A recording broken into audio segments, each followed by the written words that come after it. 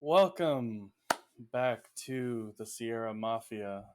I am your host and local mafia boss, and today's dungeon master, Mantis Six. And welcome back to our streamed campaign of Warden's Woes. In the previous installations, I will be doing a recap, as well as this is session 8, episode 8, Calm After the Storm.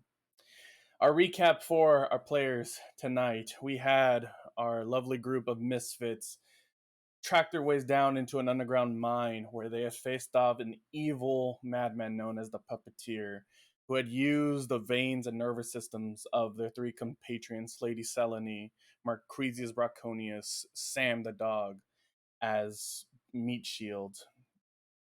Unfortunately, the puppeteer was able to escape, but not without losing two of his legs, as well as the group freeing their companions, their friends. But it looks like they are in, they're in need of repair and serviceable aid and medical relief. Um, we are gonna go right into introducing our lovely players today. I will be going them in order. First things first, we'll start off with this. So, first things first, you know them, you love them. They're everybody's favorite goblin. They are a rogue with a heart of gold. We have Cream Cheesy. Wow, Cheesy. Lovely as always. Next up, we have our favorite, on the brink of death, barbarian, Masana, voiced and played by our lovely player, Mags. Welcome, Mags. Probably putting in his mic, so I'm going to just say he's here. Next up on our list is our favorite lovable uh, spokesperson for the Misfits. We have Hilden Highfoot, played by Mr. Sleep 13 at Mr. Sleep 13. Mr. Sleep 13, welcome.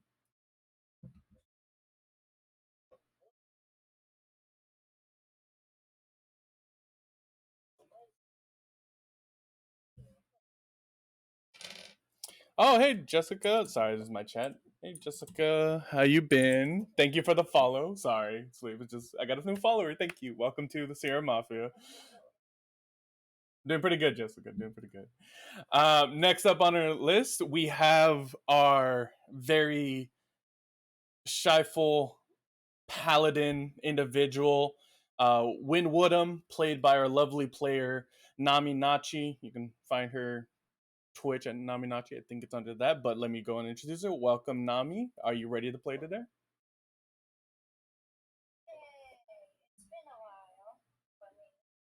It has. Next up, we have everybody's favorite chaotic warlock, the embodiment of heaven and hell. Her harsh and vulgar tones of speech, of her cursing and her profanity usage. She brings a little bit of chaos and elements that everybody needs a little bit, but sometimes it needs a little bit of correcting. But overall, a fantastic player. She is the lovable. Well, I don't know about lovable, but she's definitely somebody. We have the Grave Witch. Welcome, Ghosty.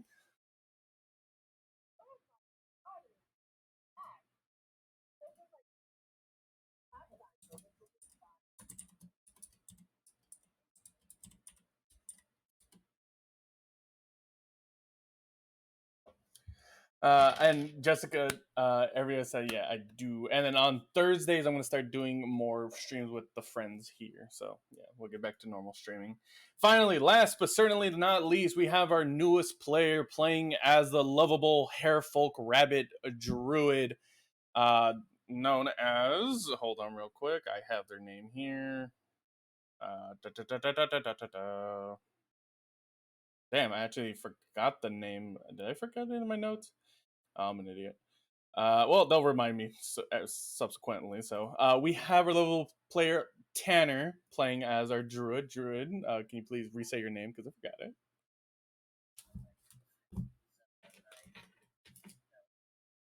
Zella. Okay, my bad.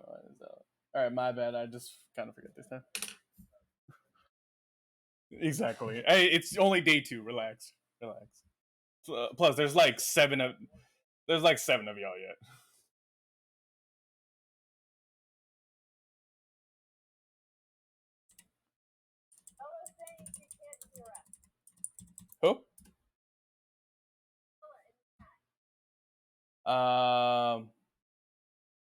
Is it just me or can I not hear anyone except? Nah, everybody's unmuted. Everybody should be able to speak.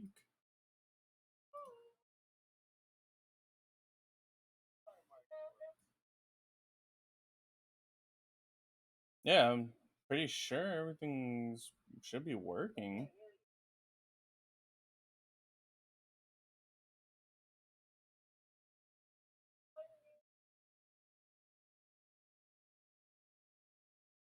Yeah, okay, go ahead. Da da da da da da da da da da da. Hello, hello, hello, hello, hello, hello. Just you, boss. It's only been you talking. I think it should be better now. Maybe. Okay, Mantis, shush. I can't hear your stream right now. Oh, I hear. Okay. No, I can hear us just fine. Okay, there we go. Oh, I'm so sorry. I'm so sorry, folks. Again, technical difficulty. I didn't know that was gonna happen. Let me just redo it. Luckily, this is why I started early before 4 o'clock, so we can redo it. So, let's do the little. What happened? I don't know. Okay, apparently they can hear us now. Yeah, apparently something happened. But let me just go through the list real quick. Just the player. That's why we start a little bit early, just so we get these out of the way. Usually we start at 4, but maybe I did a little bit better starting early. I'll just go down the players real quick. Cheesy, say hi. And who do you play as? Just your name. We'll do that. I play Grimwell Owlball. The Goblin. Mags, introduce yourself and who do you play? I play Masana, who is a Dark Elf Barbarian. Alrighty. Next up we have Sleep. Who do you play as? I play as Hilden Highfoot, a halfling ghostwise monk. Next up we have Nami. Nami, who do you play as? Hello, I play Winwoodham, who is a paladin. Next up we have Ghosty, Grave Witch. Who do you play as? Hello, I play Griselda Luminen, a half-tiefling, half-Azamar ghosty freak of nature. And finally, Tanner, who are you and who do you play as? I am Isella Amuxley, the Hairfork Druid of the Stars. There we go. Now everything should be working, and yeah. Now let us come back to the world since you guys are now unmuted. As I recap before, you find yourself back down in the mines where you see your 3 compatriots who are sort of bleeding out from their veins being exposed out of their body and are in need of medical I forgot how dark that was. Who would like to grab? So let me put Winwoodham here on the battlefield because magic from the Warden helps things. So let me put them here. So 3 of you. So this will be a decision between you guys. 3 of you will need to carry the 3 compatriots, Sam the dog, Marquisius Braconius, and Lady Selene back to the surface through the entrance over here on the right side with the ping. And then the other remaining may roll 3 perception checks to see what you guys can find down here, any information, loot of any sort. So please make your decisions one at a time, in terms of that. I'll go down the list. So we'll start off with Cheesy first, in the sense of, Cheesy, would you like to take somebody out, or would you like to be somebody that stay back and loot? Hey. I think I'm gonna go with somebody because last time my character. Well, how is my character's arm right now? Because she was linked to the monster briefly. Hello. Is her nerve on that arm completely shit? Your arm, it's there's entry holes from where your veins came out of, but they retreated back into them because it was not full control over you. Okay, so it's not like my nerve system where everywhere I'm broken I can use my arm to spine. Yeah. Okay, I'm gonna go towards Marquisius and leave with him, I guess. Okay, so Marquisius and Albal will be heading out through the mine exit down this way. Next up, we'll do the Grave Witch. Ghosty, Griselda. Would you like to stay and help with the looting, or would you like to take Sam the dog or Lady Selene out? Quick question before that. Didn't the bridge give out last time? That is true, yes. That's why it's covered. It did. Do you not see the picture of the bridge? How it's all just Yeah, formed I into see better? it. I couldn't quite remember. No worries. Anyway. Eh, I'm gonna loot because if we didn't get out prey last time, I'm still gonna try and get something out of this.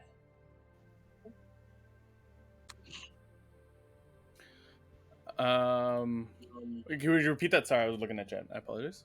Ah, jeez. I said I'm going to loot.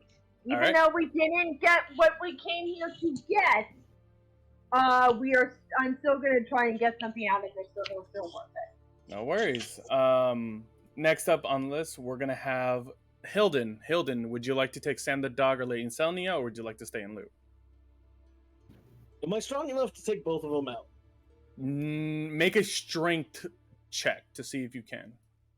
Strength check. First roll of the day. Let's go. Gonna Don't get drop 'em crushed both. by the. Gonna I get got crushed by the 10. dog. Unfortunately, you're only able to carry one. Damn. Mm. Okay. I don't want Lasana anywhere near Sam, so I will happily get that Sam out. What? Okay, that's actually kind of fair this time. All right, so you're taking Sam the dog. Yeah, I'm gonna take Sam the dog. All right, so Sam the dog will be leaving too with Hilden. Finally, we'll have Masana. Would you like to stay in loot, or would you like to take Lady Selene back? Do I still have the handle? Yes, you do have the handle of the staff piece that you guys did find from Okay. the puppeteer. I'm gonna be honest. Masana should not be anywhere near these half-dead people because she's gonna put them out of their misery. So she's gonna go loot. Okay, so we'd be next to the Greywood. And Izella, would you like to take Lady Selene back to the surface, or would you like to stay in loot? I will stay in loot. Okay, and that means when Woodham, due to your teleportation from the Warden, you see Lady Selene down on the ground, and you will be taking her to the surface. So you three will be going on your own thing. We'll separate just for a little bit. It won't be something too chaotic. So in terms of subsequency, I will need Griselda, Masana, and Izel to please make perception checks. One roll each from individual of you, and these are final rolls. So Here we go. Come on. Not bad. okay, 13. Wait, my roll didn't show up. Hold on, I'll do it again. Oh, never mind. There it is. Yep, nat 1. At Let's least go. it's horrible. Nat 1. Let's go. Automatically out the gate. Oh hell yeah. This is. Can I use lucky? You can use lucky on yourselves, but not on others. You can use lucky on yourself. Use it on me. No. I need it. No! I don't think I need I'm to using use it on for myself this to one. reroll then. 13's good enough, I think. Go ahead, Mags. Roll another one. Says you're lucky. I like to be ambitious. That's a 5. You have to God. take the new roll. Fucking- So sorry. Okay, it was still worth it. yeah. I'm content with my 13. Yeah. Sadly, lucky you have to take the new roll. So you do have the 5, Yeah. which is a lot lower. Okay, so I mean, technically I could do it again, but I'm not going to. I'm gonna play it by Baldur's Gate 3 rules and say that you can't. And for lucky, you can't spam all 3 if you fuck it up. It's only once. So I'm gonna use that rule. Damn. Makes I like that sense. rule. It helps balance lucky Fortunate. out, which I like. Also, shout out to Baldur's Gate 3, not sponsored, but like great game. Highly recommend you guys pick it up. Yeah. All right, so unfortunately for Mags and Candelana, for Griselda and Masana, you guys can only find with like little supply rations like apples and like beer mugs, all that type of stuff. You really can't find anything significant. Tanner, due to the 13, you're able to find only just the lesser tier of the loot piece. You find yourself a ring of speed, which increases your movement speed by 10. Ooh. But it takes a 1-day attunement. So you have to wear it for a whole day. I will gladly wear it then. As you put on the ring of speed, you can feel your legs suddenly get jittery, like almost like you can run a marathon, but then it fizzles out because you do have to wait that day. Unfortunately, I will read off here because I want to be a little bit of an asshole. I will read off the loot that you guys have unfailed to miss, sadly.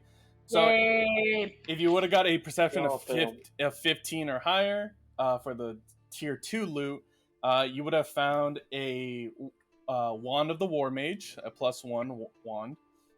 And then if you would have rolled a 19 or higher, you would have achieved boots of Misty Step.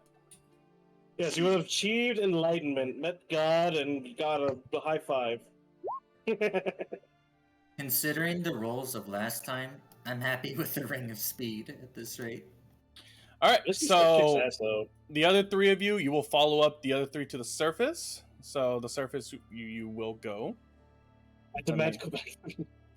Let me just copy, and then we'll take you guys back to the top of the rib cage, where you guys will all be right here. How did you even get across the bridge?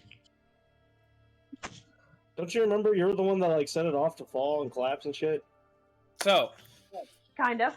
as you guys make it to the surface, you notice that your three compatriots, Mags, Selene, and Sam the dog,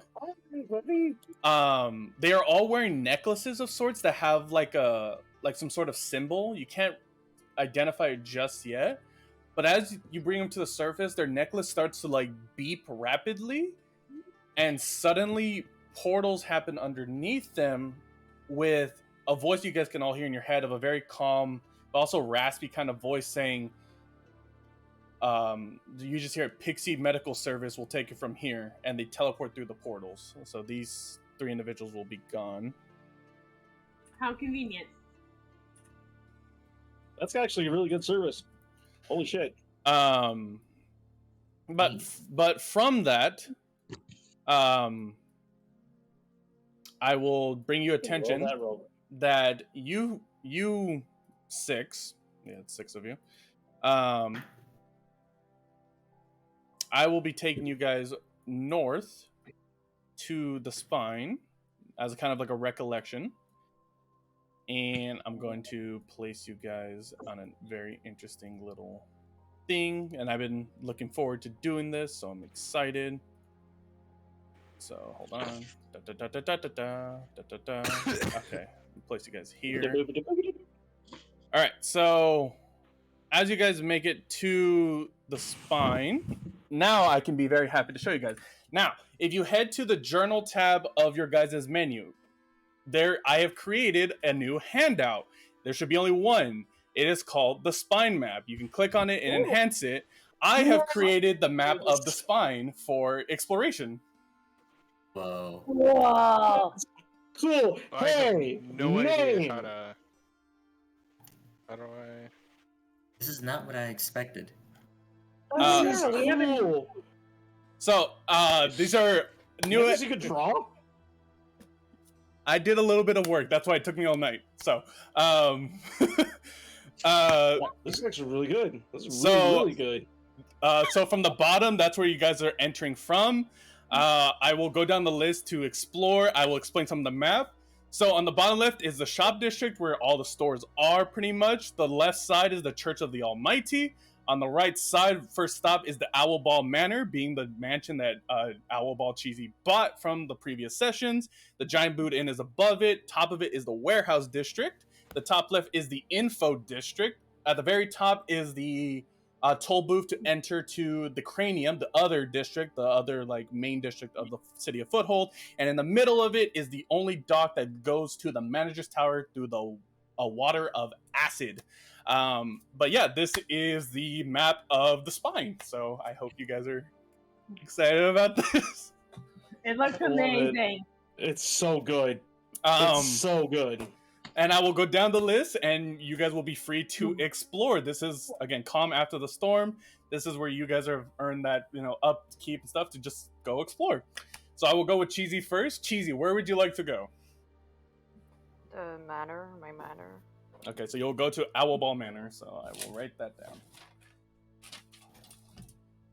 down. Alright, so Cheesy, Owlball Manor. Okay. All right. Next up, we have Masana. Mags, where would you like to visit?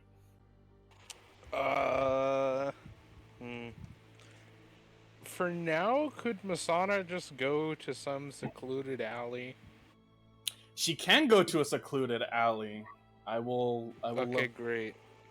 I'm gonna take you to the info district alley just on purpose because you said alley specifically. So I'm gonna go alley. Thank you. All right, so This Masana, will be relevant. you will. I have in store for you. Sleep. Where would you like to go and explore?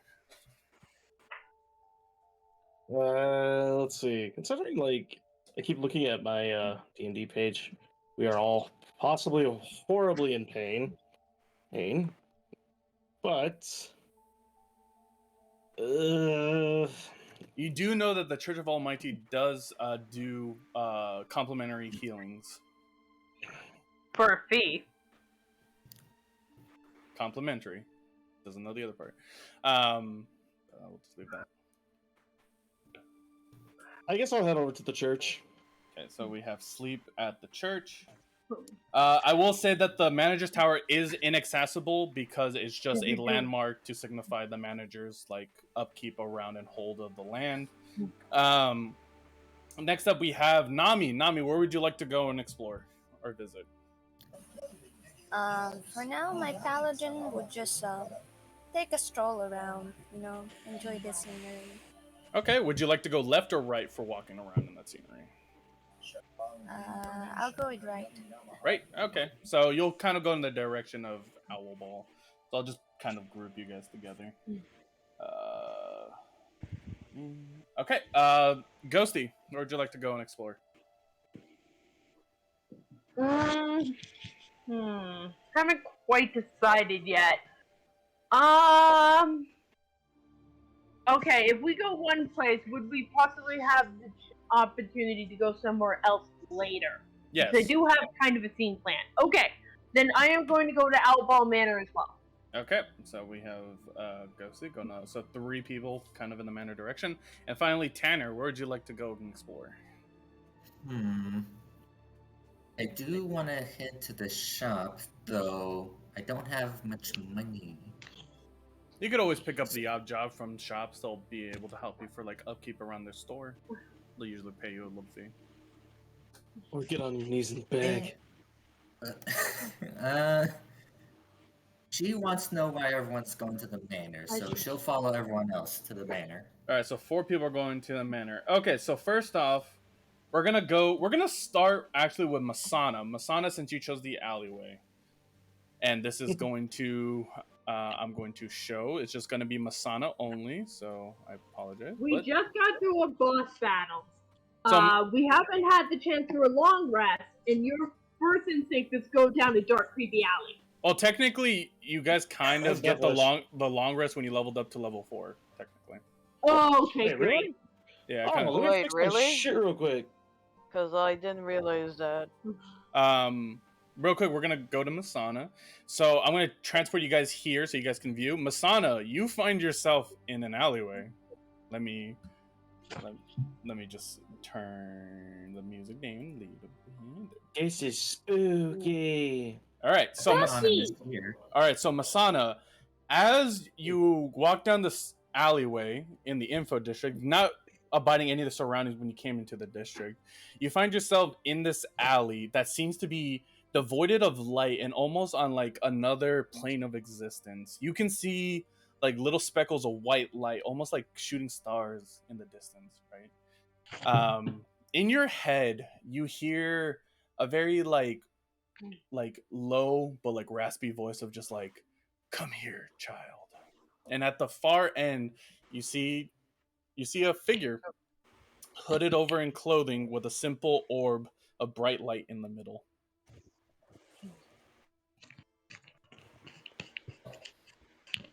Well, I guess I'm gonna approach the figure.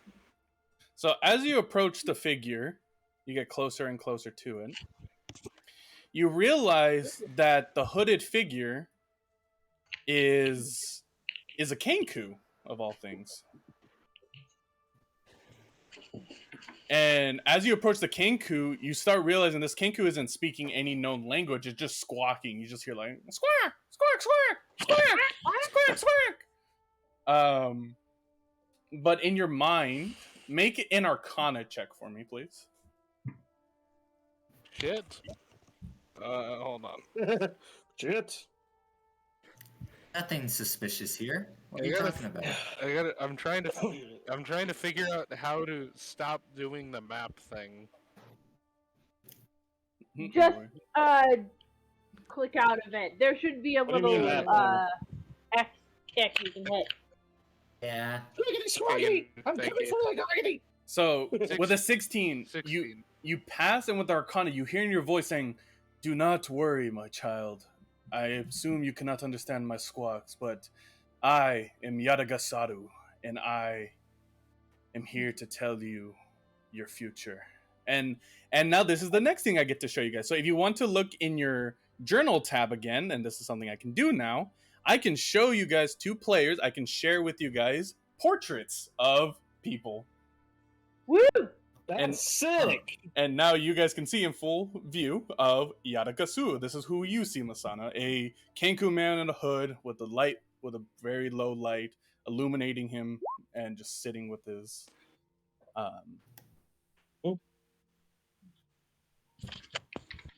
Oh, welcome, Allie. Welcome. Hope we are having fun. I'm glad you can join us. Glad. If I'm being honest, I have no idea where I'm supposed to look. In the journal tab. So you go over to the right side where like our chat log is. Go up. It's that 3rd tab right next to chat and art library. Before Compendum in the medium. Okay, I see it No, now. I shared it to everybody. I think everybody can see it now. In journal? In journal, go to handouts and just like refresh. There it is. Oh, there we go. Okay, I got it. There you go. Yeah, that's Yadagasaru. And that's how I'm gonna be showing. That's how I'm gonna be showing photos from now on, just so you guys know. So yes, I've been doing a lot to like help with seamless transition. Seamless. Let's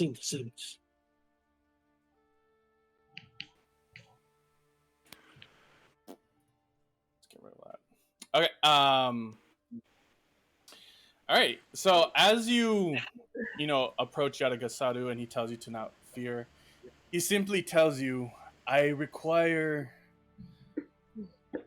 your whole of today." And as you guys are wondering, by like today, it's almost like evening to nighttime type of vibes. Of course, you guys can take a long rest to like wake up for the morning days. But for right now, it's like evening. Yadagarasu looks at you, Masana, like, "I will simply require the rest of your evening and night to tell you your future if you are okay with it.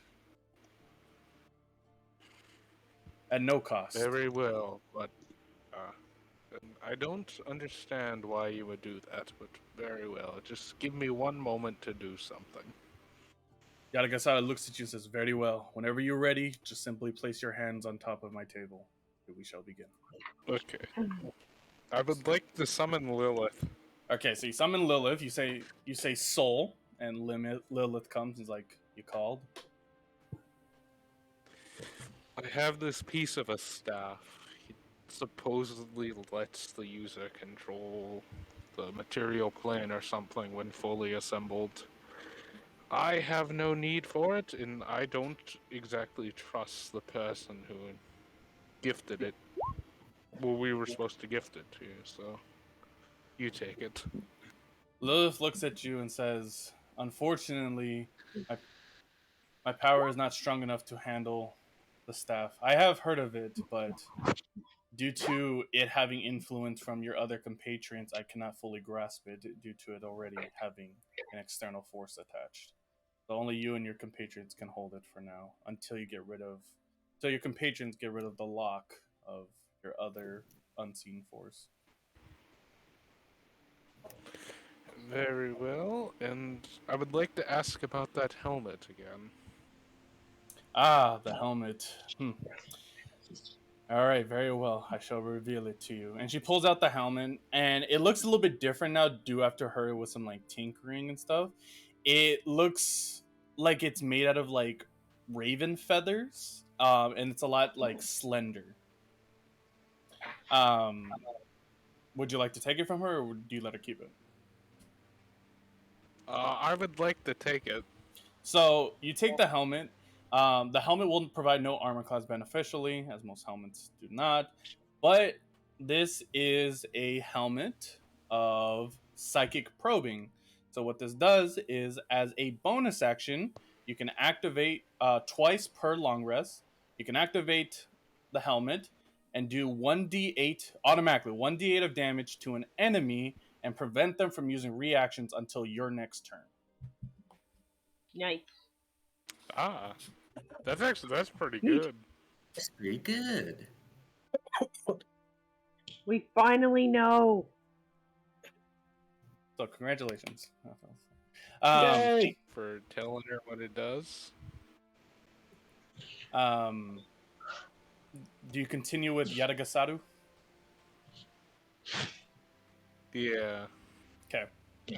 So you simply place your hands on Yadagasaru, and you find your vision being completely transported into the astral plane of existence of stars and galaxies just roaming about.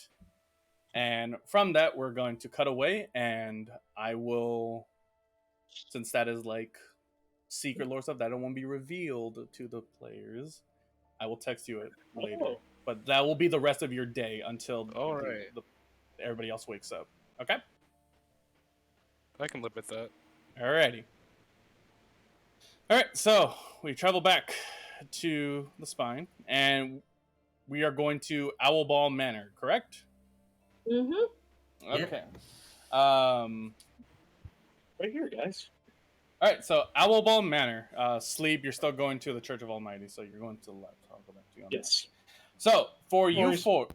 for you four of Nami, Griselda, Tanner, and Owlball, as you guys head to the manor, you guys pull up, and you realize, Cheesy, that these gates are actually very, very well sturdy and fortified.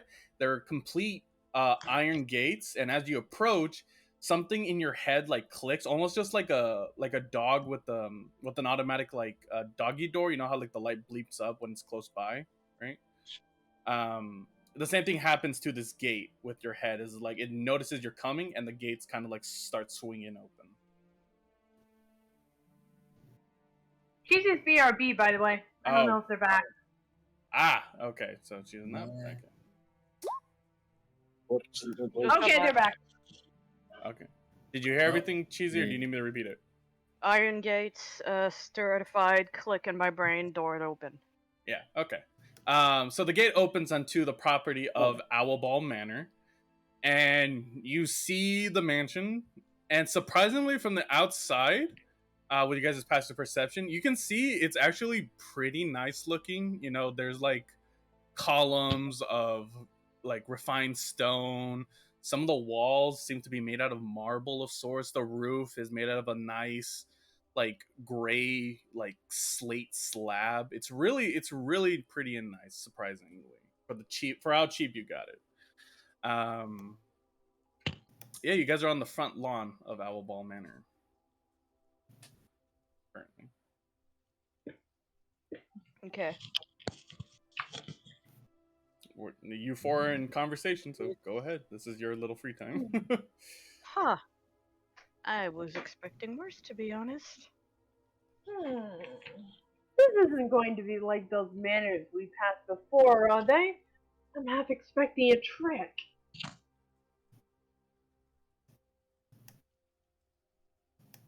Tanner and Nami, you guys can contribute. I know. I'm just trying to think of what to say. Okay. No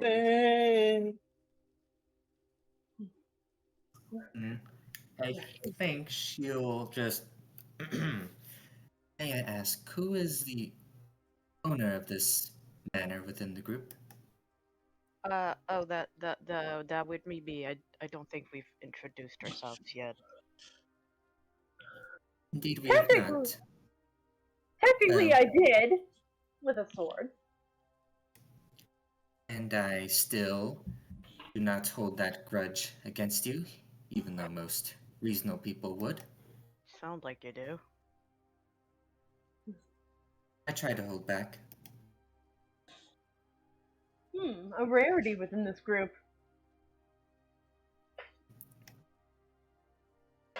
Yes, but where did you purchase such a large manor? It must have been quite expensive. I paid 50 gold for it. Probably booby strapped somewhere.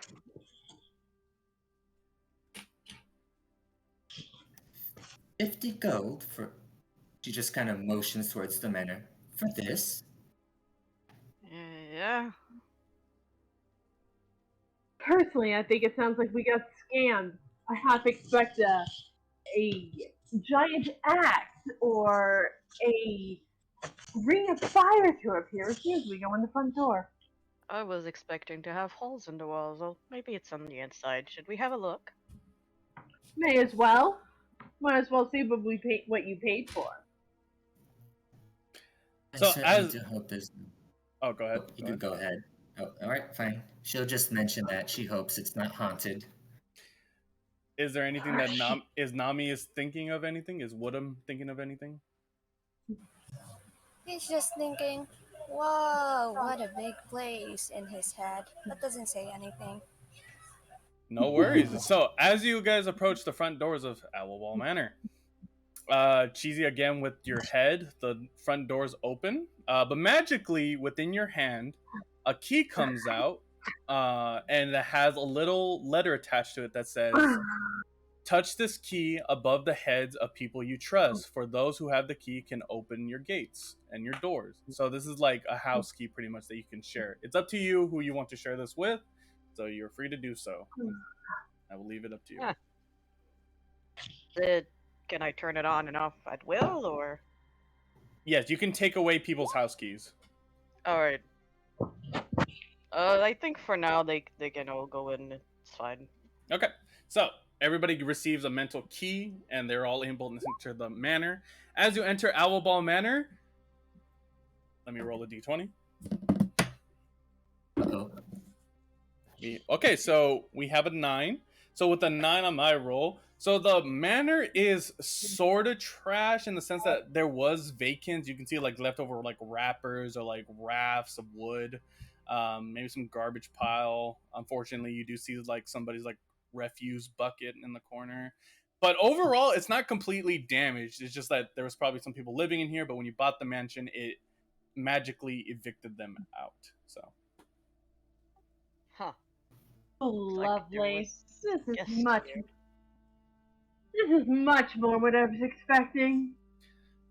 For the layout of the manor, I will create it like later because it's a little bit. I'm gonna have like a little bit of some complication with that, but just overall of it, I will list down some couple of things. So it is a 2-floor manor to keep in mind.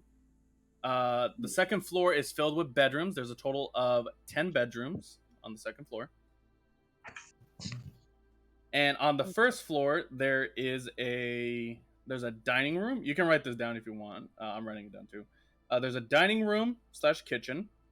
There is a alchemy room, a sparring room, so like filled with like training dummies and like bags of sands and stuff, and like wooden swords and stuff for sparring. There is a backyard garden with some plants, but you don't know what kind of plants. And finally, there is a main common room or like living room of sorts, with a purple crystal. So there's furniture. There's some furniture. Like it's not the best furniture, but it's like starter kit furniture. So the bedroom has beds. Yeah, they have like it's not really beds. It's more like just like the mattress on the floor, like apartment style broke. Okay. Now, where is the nearest fantasy IKEA?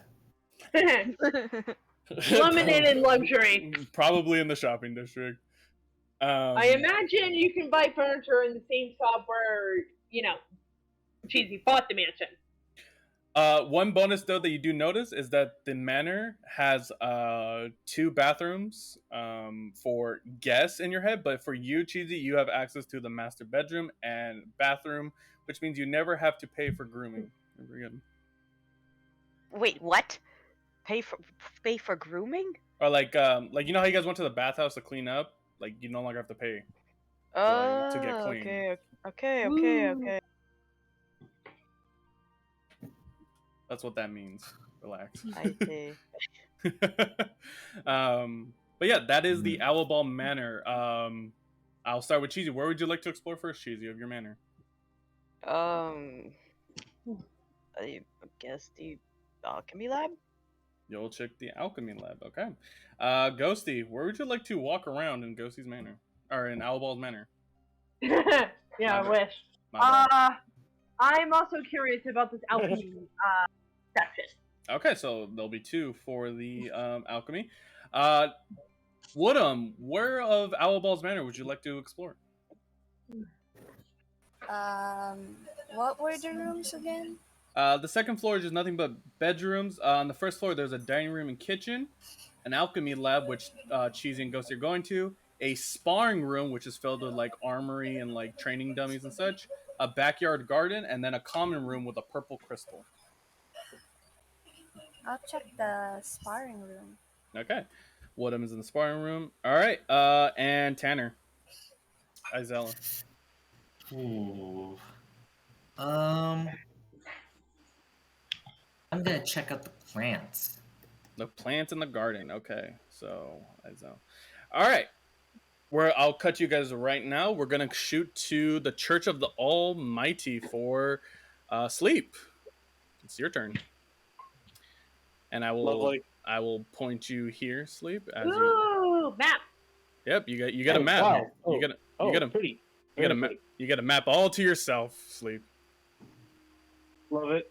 So Look at you. sleep. As you approach the Church of the Almighty, you walk in through the front gates, and you can instantly hear the organ being played in the background. Empty pews are strewn about.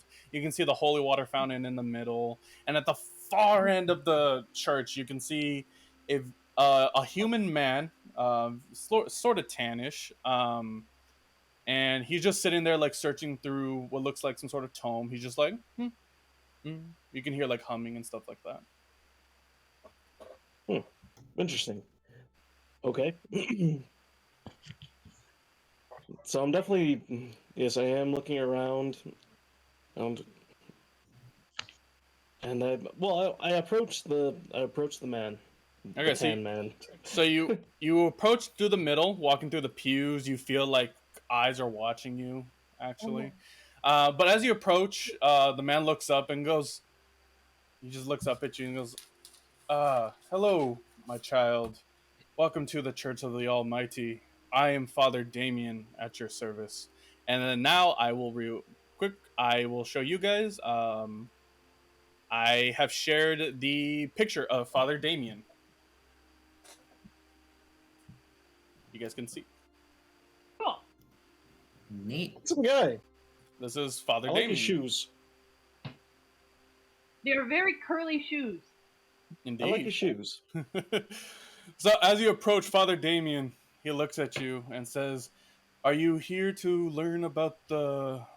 As he looks at you, he kind of pauses and he says, "I know that face anywhere.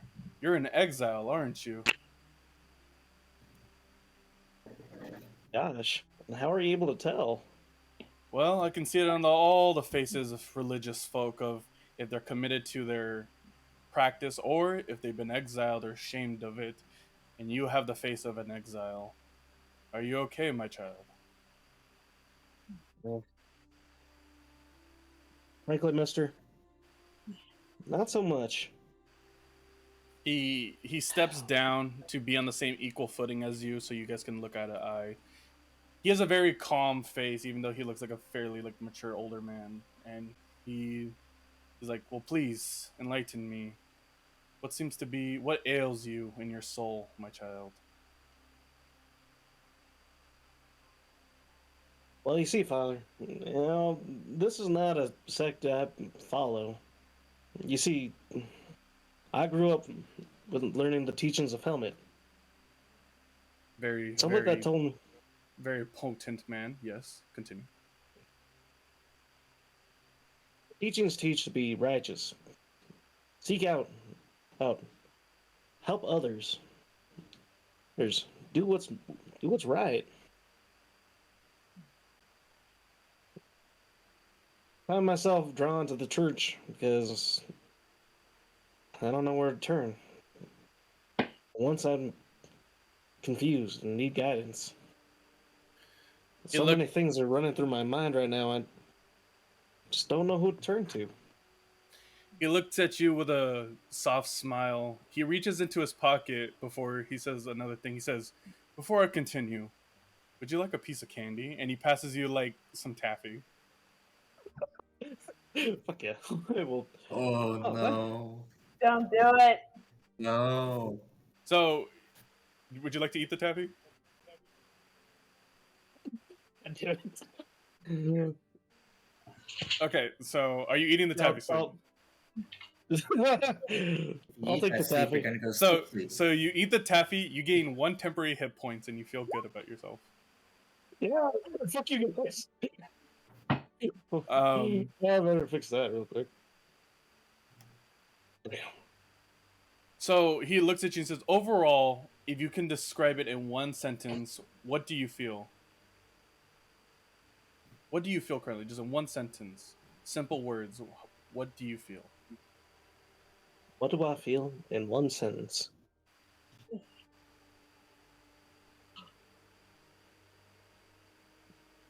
What's it mean to believe that doing the right thing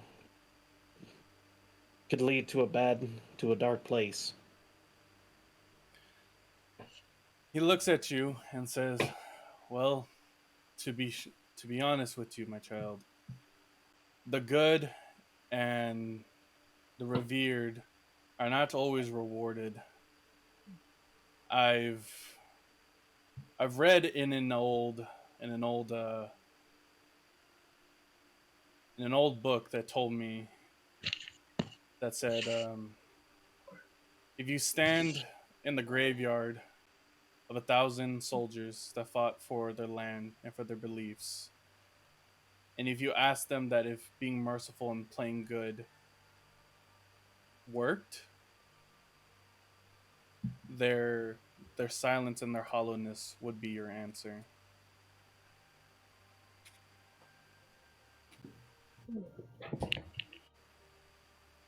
And I can't really.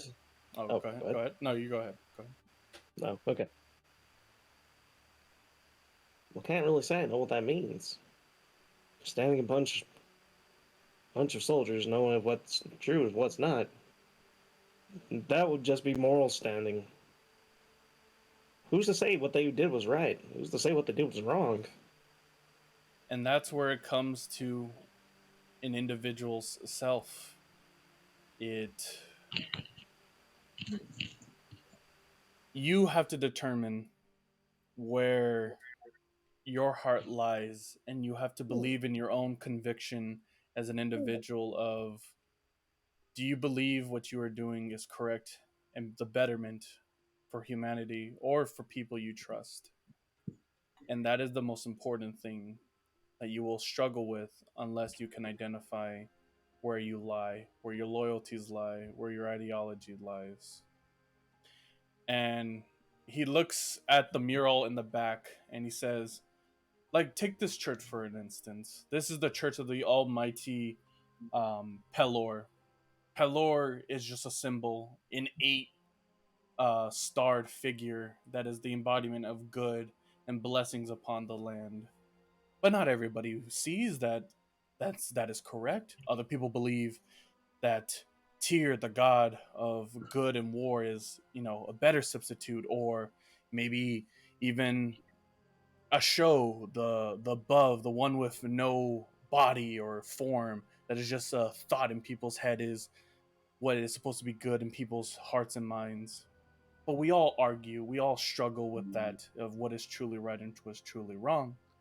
But it's you as an individual that gets to make that decision and change the perspective of how you see other things. As for you, for a member of Helmfoot, yes, his ideology of always do better for people and always, help the righteous and the good, But what happens when that righteous and the good that you have trust is actually evil? What then? You find yourself in that moral dilemma. Just, do you sacrifice your beliefs of who you actually are just for a simple piece of paper that is written on a piece of parchment or in a book that says, do this, do that? Or do you follow your heart and you help somebody that needs it, even if they've done wrong? That is what is truly that you need to identify, my child. And that is something that you will find on your own. And I promise you, you will find on your own. And he puts a hand on your shoulder and he smiles with a very bright, comforting smile. The smile of a father giving to their son that they're proud of them, that they've fallen but they gotten up, and you can see the tear in his eye that he is proud of you for making it this far.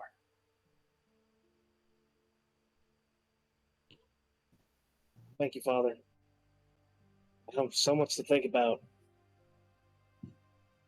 Though my whole worldview is conflicted right now, and those around me, I don't know even if I can trust them. I'm gonna make. I'm gonna think. I know deep down I know the answer. What I need to do to continue on.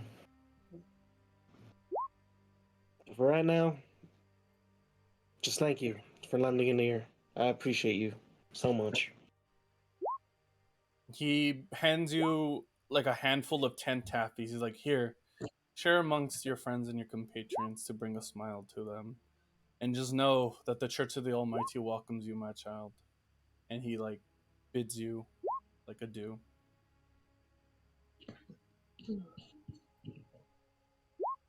Hilton kind of looks at the taffies and looks around on the church. Wondering why I so much drew him to there so much. Such. But Hilton will take this time to put his taffies in his pocket, then head out. Make a religion check for me. Ooh, religion check. Oh, I am so in. All right. Where is my religion? Losing my religion. Oh, here it is.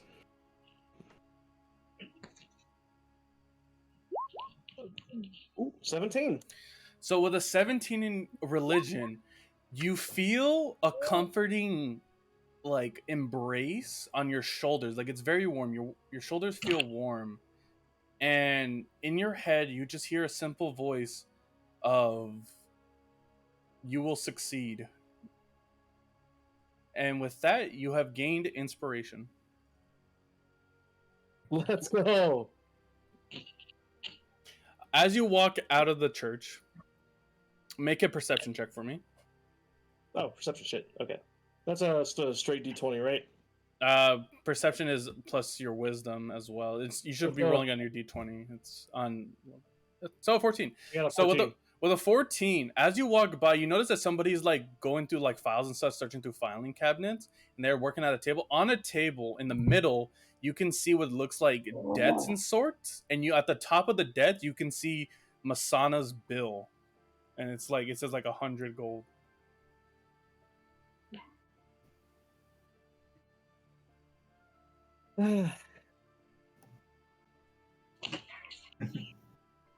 Well, I don't know too much of how I personally feel about you, Miss Anna. But think nothing of this. Hilton goes over to the debt collector and hands him 100 gold. Well, the debt collector says, what is this for?" I heard my friend Masana kind of got into a little contradiction with y'all. Well, our contract. That's the right word. And, well, I know they don't have the money to pay it. But as their friend, and I hope this settles their debts. Will that be okay? The man looks at you and says, "It will do just fine." And he takes the gold and places the gold onto Masana's debt bill, and the paper just like evaporates into like golden flakes into the air. Oh wow. Brady. Masana, in the farthest reaches of your mind, wherever you are, you feel like a small like hint of, oh, I don't have debt anymore, but like we'll get back to him. But that's it. It's like, oh, cool. Um, but yeah, that is the church for you, Sleep. I like it. All right, That so made me feel good. yeah, I know. I'm trying to get a little bit better at like voice acting here. I got you, my dude. I don't know. You're doing great, bud. All right, so as we shoot back to the spine, it is starting to get a little bit more nighttimey for the Owl Ball Manor. Now let's go through for the Owl Ball Manor. Let's go and start out.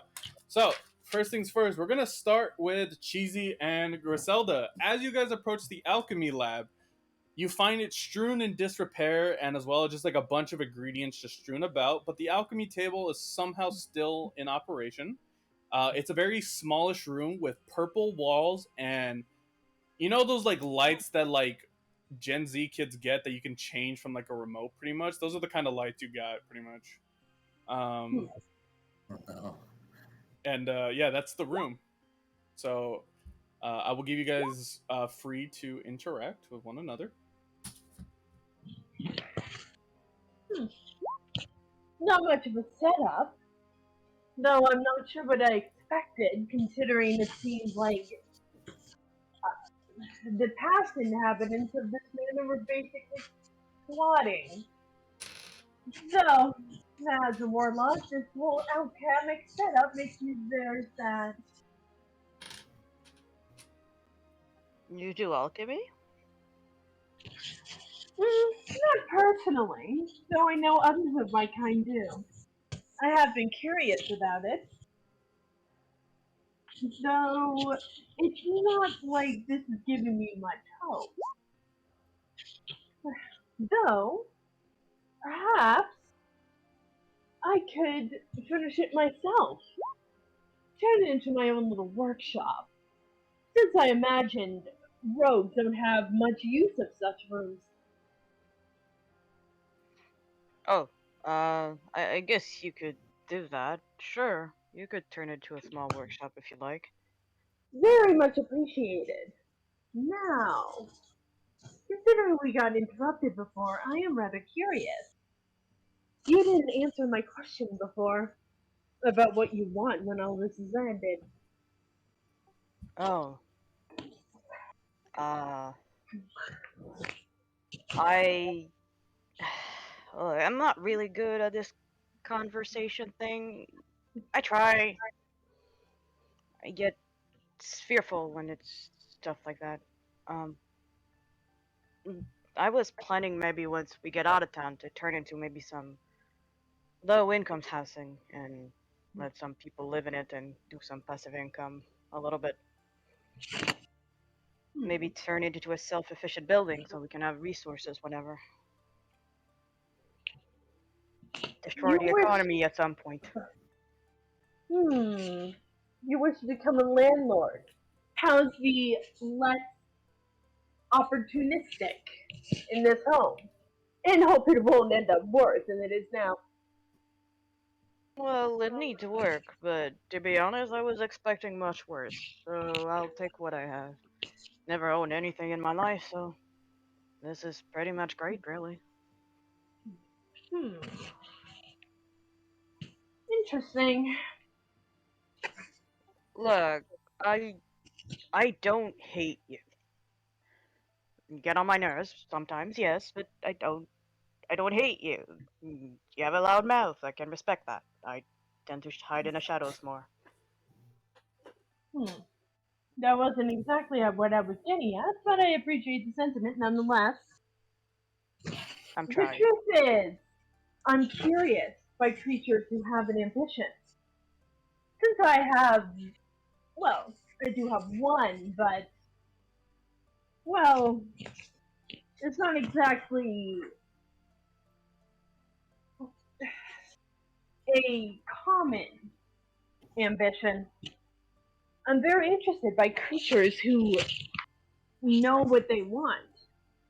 All I do is go through life, or rather, unlife, floating about, waiting for something interesting to happen. I Yeah. don't know how long I'm going to be like this, in this state of half undead. For all I know, I could live like this forever. And if that's the case, then the meaning of time means nothing to me. I see.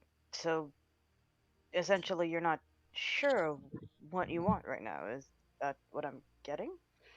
I know exactly what I want.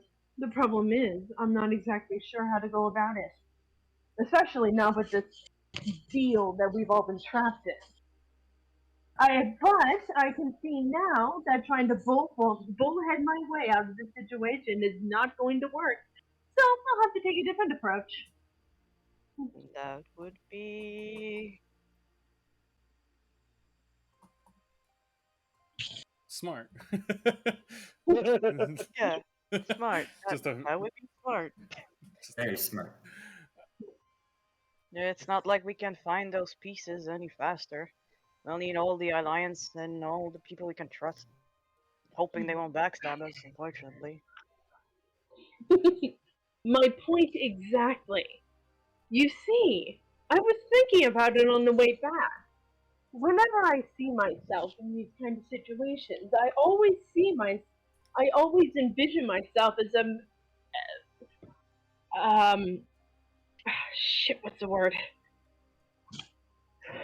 I always see myself as a overseer, but never a player. I think I'm finally starting to understand the Warden's intentions here. Warden's intentions? Yeah, I'm pretty sure she just wanted those ticks back, but sure. As you two are discussing, you guys kind of hear a voice in your head. Not necessarily the wardens, just an ethereal voice that just goes, it just kind of goes into your head, just like, we can always pick the game, but we can never choose. We can never change the rules of the game, for we are all players. And like the voice dissipates. That was weird. I've had enough voices in my head to not question it at this point. The point is that you're exactly right. It's a game. It's always been a game. The warden is moving us around in accordance to getting what she wants. And I've spent so long looking down at the masses, trying to move them to however I please, and I never saw myself as a player. But that doesn't mean we don't have resources. Using everything we can and treating it the same way the warden does. Seeing how far we can get with what we have and what we can attain. Before, I was seeing myself as a prisoner, but now, this is quite exciting. Newfound freedom? I wouldn't quite say that, but I have found a much more entertaining way to look at this as a player, but as a player of my own fate, rather than a creature that's stuck in a cage. Uh, I think Go on, I sorry. may like this. Oh, I'm sorry. Go ahead. I keep interrupting you. No, it's okay. I struggle to figure out when to speak. You just go on. Go finish your sentence. Oh, okay. Actually, I forgot what I was going to say. Ah, the joys. Go ahead. Um, I'm glad you found a new perspective. It's gonna help more than you think. Oh, and hold on. And you may Me. not be the easiest to get along with, what with that pouty attitude of yours. But that's not to say a rogue doesn't have its uses. And that is where we've been going wrong. We've all been trying to bullhead and fight our way out of this. To each individually find whatever it is we're looking for. We've never even considered what we can do together. What our individual skills would be a benefit to everyone. So, so Your point? my point is, we. I was going to say we need a leader, but we need to strategize. We need to come together as a team. We need to consider all of our strengths and weaknesses and how exactly we can use them. Your sneakiness, my charisma. Hilden, well, I'm still trying to figure out what Hilden has, but overall, I see now that trying to work individually is not going to work for all of us. We are more useful as a team than we are individually, even though otherwise we would want nothing to do with each other. Hmm. So, I say later we call a strategy meeting and try to figure that out. As much as a fool's errand as it may seem at the moment, it'll be more useful in the long As from that, um, well played, you two. Well played in the sense of development. I'm just going to simply wait on you guys because I'm going to switch to Woodham. I hope you guys are okay with that. run. I do. Yep. Go ahead. Woodham, as you approach the sparring room, you find a floor that is covered in stone tile with bits of like hay and straw from like some of the training dummies that are spewing about. You see wooden swords and like prop like clubs for like for people to not cause damage. Make a perception check for Well, me, Woodham. Nami, make a perception check for me. Okay.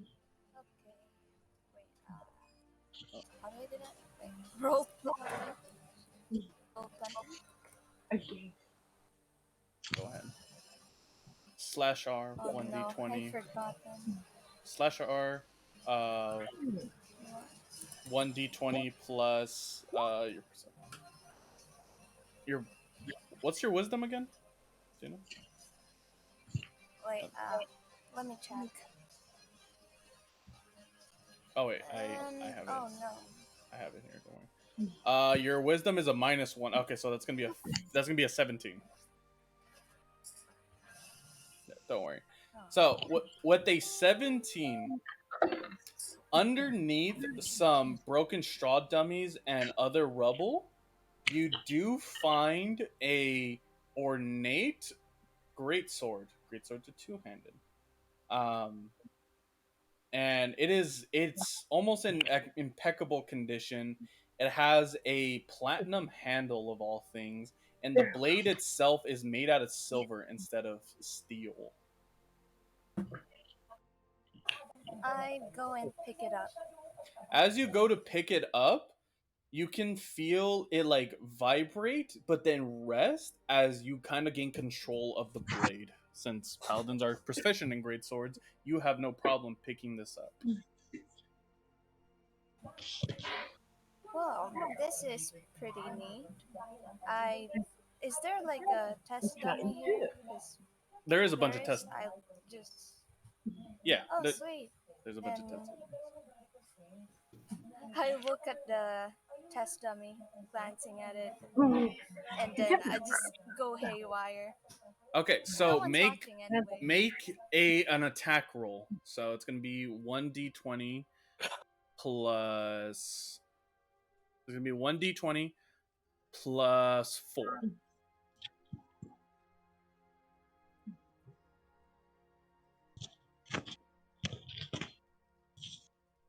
So with a 14, you're slashing away easily through because you have to put down your sword and your shield because greatswords are two-handed, so you have to use one or the other pretty much.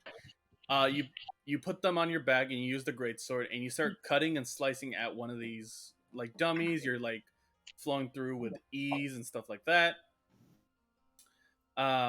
As you're cutting through dummies and a one that's far away, you swing your blade forward and a beam of white light shoots out of it in a diagonal angle, cutting the dummy in across half. Whoa! This sword's magical. Okay. So Nami, that is called specifically it's gonna be called, I'm gonna rename it, but it's called the blade. It's called the Blade of the Moon. So as an action, as a ranged attack for up to 15 feet, you can fire a beam of slashing moon energy to do the same damage as a greatsword, which is I think it's 2d6. Same damage if you regularly do a hit, but you can attack from range if an enemy is too far away. You can fire a beam up to 15 feet. Wait, hold on. Is this a holy weapon?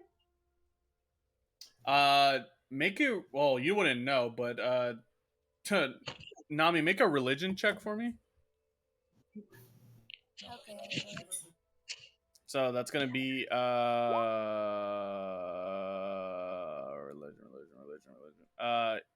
Yeah, no, it's just gonna be a straight D20. Oh, that's a nat 1. Let's go, baby. So your brain is just like, ooh, shiny sword, it shoot beam, da da da da da. That's it. So we're gonna just leave it at that. Good job, Nami. Wow. It's fine. It's been acting kind of dumb anyway. Typical paladin. That's mean, Ghosty. Typical paladin. Typical dungeon master. Shiny sword. We're gonna that'll be it for you. We're gonna go to Izel. Izel, as you go to the backyard garden, you see a good amount of like plants and stuff like that. Some you would remember, but there is one that is sticking out that you do not know. Can I roll a nature check? You to see may if roll a nature check. I may. Yeah. Okay, +3. Not bad. Not bad. That's a 7, baby. That's bad. That is bad. Okay, make a Constitution saving throw. But I'm not eating it or something. Just trust Yeah, me. you are. Just trust Eat me. the dirt. You're not eating it, Eat but the dirt. something happened, so you failed the nature check. What? Roll Get a con- nice handful. I can just imagine my character or someone else just going, plant, nom. No, you. Oh, come on! Yep. So you failed the Constitution saving throw. So as you're looking at this plant, you don't know, like you're observing it. The leaf turns towards you, and you just see what looks like white silvery barbs shoot out at your arms. This is a stinging nettle. Context for D&D. I'm gonna roll the damage. It's gonna be 2d6 of poison damage. Oh god. Nice. You're gonna Oh, I you're gonna can use take that in my you're gonna workshop. you're gonna take 7 damage of poison, and you're gonna be unconscious for the rest of the day. But Excellent. I healed. No, it doesn't matter. You're unconscious. No. You failed to save. Oh, shit. Well, that's great. So you're unconscious until tomorrow morning. As far as the others know, my character just took a goddamn nap. Yeah, exactly. Well, where's a better place to take a nap than a potentially dangerous garden? I mean, to be fair, with your it's passive better than what they think Masana's doing. real quick, with your passive perception, Izel, and also just because I'm gonna use Druidcraft as kind of just like innate like speak with plant type shit, just like minor shit. As you were about to fall unconscious, you hear a plant just speak, going, "Bro, you fucking got him. I know, right?" And you just hear like a magical dabbing up of like leaves like crinkling together as you just hear laughter as you fall unconscious. Are these fucking teen plants? Damn Awesome. Gen Z plants knocked me unconscious. Oh, dude, fuck. And so, we're gonna cut to Sleep. Sleep, you're gonna find yourself to Owlball Manor. The gates and doors are completely open. Surprisingly, they kind of left the doors open. They didn't bother to close it, so you can just like walk right in. Oh, nice. And you're gonna find yourself Sleep in the common room with a purple crystal on like a coffee table right in front of you. What would you like to do, Sleep? Okay, so I'm in the common room with a purple crystal on the coffee table. Yes. Is there anything else in this room? No, not that you can see. You can just see like lamps and like another couch and stuff like that. God damn it, I want to touch the crystal. Okay, you're gonna touch the crystal. Also, for Cheesy, you feel psychically that somebody has entered the house, and you can feel like if you think of like Toph from Avatar, where she can feel like seismic vibration where people are. That's how it is for you in like in your brain when people are in your manor, pretty much. So like you could hear the thud of like Izel falling in the garden.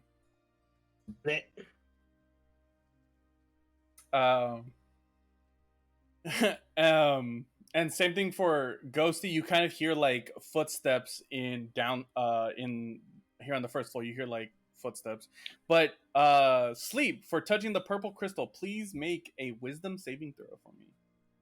A wisdom saving throw. Let's go. Thank God I have +3 wisdom. I'm gonna eat these fucking words.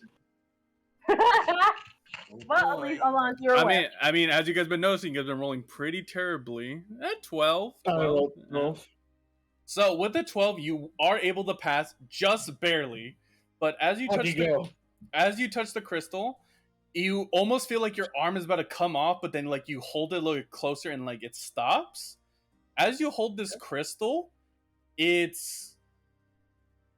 blink once, you're looking through the eyes of Owlball, her little goblin body. You blink again, you see yourself through the eyes of Griselda, and you see like her flat ghost self. And then we shoot to like Izella, who's like on the ground, like unconscious in the garden. And then you blink again, you see Woodham like swinging a sword, blinking. And then you blink again, and then you see you don't know where the hell you see Masana. Masana's like seeing galaxies and stars. You think you're on acid or something, and then you wake up and you let go of the crystal. So just to iterate these entire emotions, like all, oh, why?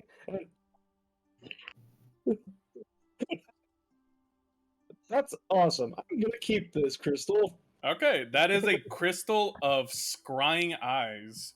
When you activate the crystal, you can look through your allies' eyes, no matter where they are. How do you spell scrying eyes? SCRYING and then I. EYES. Yeah. And then add.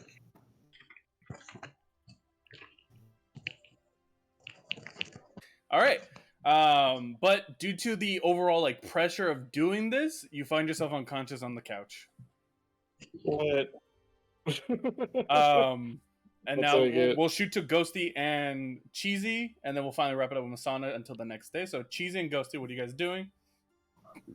I am looking around, examining my new workshop. Okay, make a perception check around your new workshop. Cheesy, is there anything you are doing? Can I head out, or do I need to stay in the manor? No, you can. Well, you have to stay in the manor. It's really nighttime. It's almost like starting to hit midnight. Wow! Okay. I wanted to see the victims, but I guess I'll go to my bedroom. All right, so you go to your master bedroom, and this is a very nice bedroom. It is black walls with a very king-size purple bed with little frills at the end of it. The sheets are very silk and like soft. You know, it's that purple-white combination. The pillows are black too, and like they're really comfy. And it's a very nice, comfy-looking area. Lit. The one time she gets a good roll, it's just to look at a comfy bed. Let's go. Oh no, that's Griselda. Griselda's looking around her workshop. So with a 21 Yeah, no. Griselda, Oh. surprisingly enough, you do find a jar of stinging nettle ingredient. Excellent. So All you- right. I'm going to leave it here for now. I'm kind of planning everything out as of what it's going to look like. Like, I'll put some shelves up there, a cauldron in the corner, ingredients on the back wall. I think it'll shape up quite nicely. And I'm going to head to the shopping district to look for it's midnight. Nobody's open. what? What you just said that it's becoming dark, like it would be like 6, 7 o'clock at night. I said that when it was Masana's turn, but it's been hours, bro. Apparently, it has Sure. been. Okay, then I am going to put the stinging nettles. Is there like a table in the room or anywhere I can put stuff? Yeah, there's like a small work desk. It's not anything too great. You know, there's some like dents in it because it seems a bit abused, but there's like a desk that'll hold. It's sturdy enough. All right, I'm gonna put it on there, and that is going to be my first contribution to my first to my eventual workshop. And I guess since it's midnight and it's like nothing to do, I'm just gonna go up and find a bedroom. All right, so you find yourself in one of the like common bedrooms, and it's you know it's just kind of like a mattress on the ground, but it's a comfy mattress. You know, you got to get some furniture, you got to get a bed stand, you know, stuff like that. You got to fill in a bedroom. You know, it's not gonna be that easy. There is a fantasy IKEA. It's called by Kia, so you know, fuck you. Like, yeah. By Kia. I'm glad I was the inspiration for Baikia. Exactly. All right, so we're gonna shoot. Finally, we're gonna wrap things up with Masana. So we're gonna go to here. So Masana, as you come back from your trance and reality, again, I'm gonna send you the information once we're done and everything like that because this is important for you, but I don't want to share it, right? You see Yadagasu look at you and like squawk a couple of times, but then in your head, due to the Arcana check, you hear him go, "I hope you use the information proudly and profusely, and this may be the only time I ever see you again, because I am blinded to others once they see me for the first time. But if we do happen to encounter each other in the near future, just know you actually have a surprisingly long life ahead of you, young lady, despite how you God. feel." You piece of shit. And after that, you blink once, you blink twice, God damn it. you blink once, you blink twice, you find yourself on the lawn of Owlball Manor unconscious, and that's where everybody will take a long rest. Yay! Look at you guys having a comfortable mattress. I got the bed of nature. Somebody's on a couch, somebody's on the couch. front lawn grass, you're in the garden unconscious, and yeah, there's oh yeah, It's like a frat party. yeah, pretty much. It's a fucking frat party, guys. I demand booze, fuck. Masana claims the bed for herself. No, you're unconscious on the fucking. Damn. What? She would not sleep on the floor. How dare? Well, it doesn't I matter. live in a fucking cave. Yes, she will. Yeah, you just came out of like the astral plane, bro. So chill the fuck out. All right. Donna would rather Alright. be That was under grateful. the ground than sleeping on it. All right. So Literally. it is now morning. You hear people talking as I change the music. You can tell. Haha. Hee hee haha. Excellent. As everybody wakes up, I will go in my funny order of how I want to, do things. So, Izel, you wake up from your unconscious poison state from the back of the garden. Your head kind of hurts because you slept on pure stone. But other than that, you got a full night's rest somehow, and you stand up in the middle of the garden. Next up, we're gonna go to Masana. Masana, you find yourself with the blinding like lights of the sun on your drow eyes hurting as you wake up on the lawn. Unbeknowingly to you, you actually have like a really bad sunburn on your face, but it will not be revealed to you. Only like the other people can see it. There is passerbys of the manor as you wake up, like looking at you, like, oh, look at that trashy drow. God, I know, right? And like people are just walking by.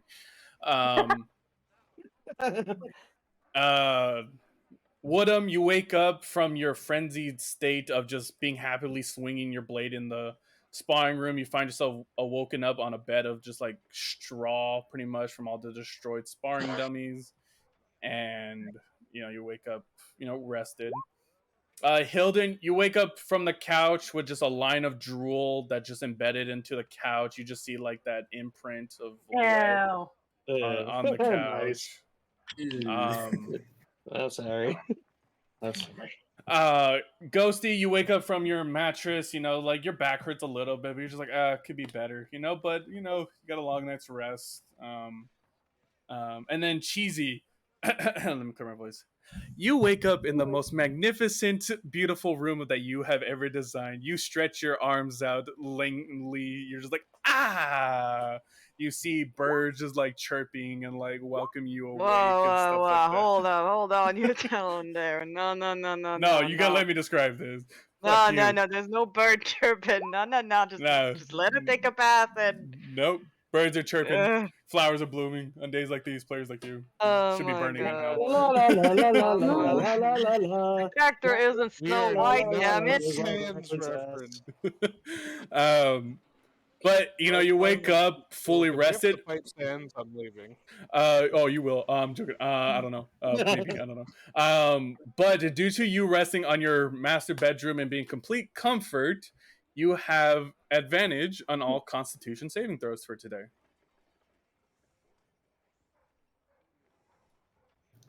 Lucky. Constitution saving throw? Yeah, on Constitution saving throws. And surprisingly enough, in your head, you just hear and then you it goes away.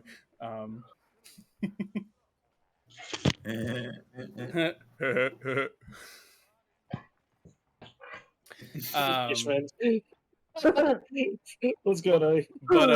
But as you guys all wake up, something draws you all to like the dining table, and you guys like blink once, blink twice. You guys are all just kind of sitting at the dining table looking like battered shit, except for Cheesy, who's like is well kempt and clean.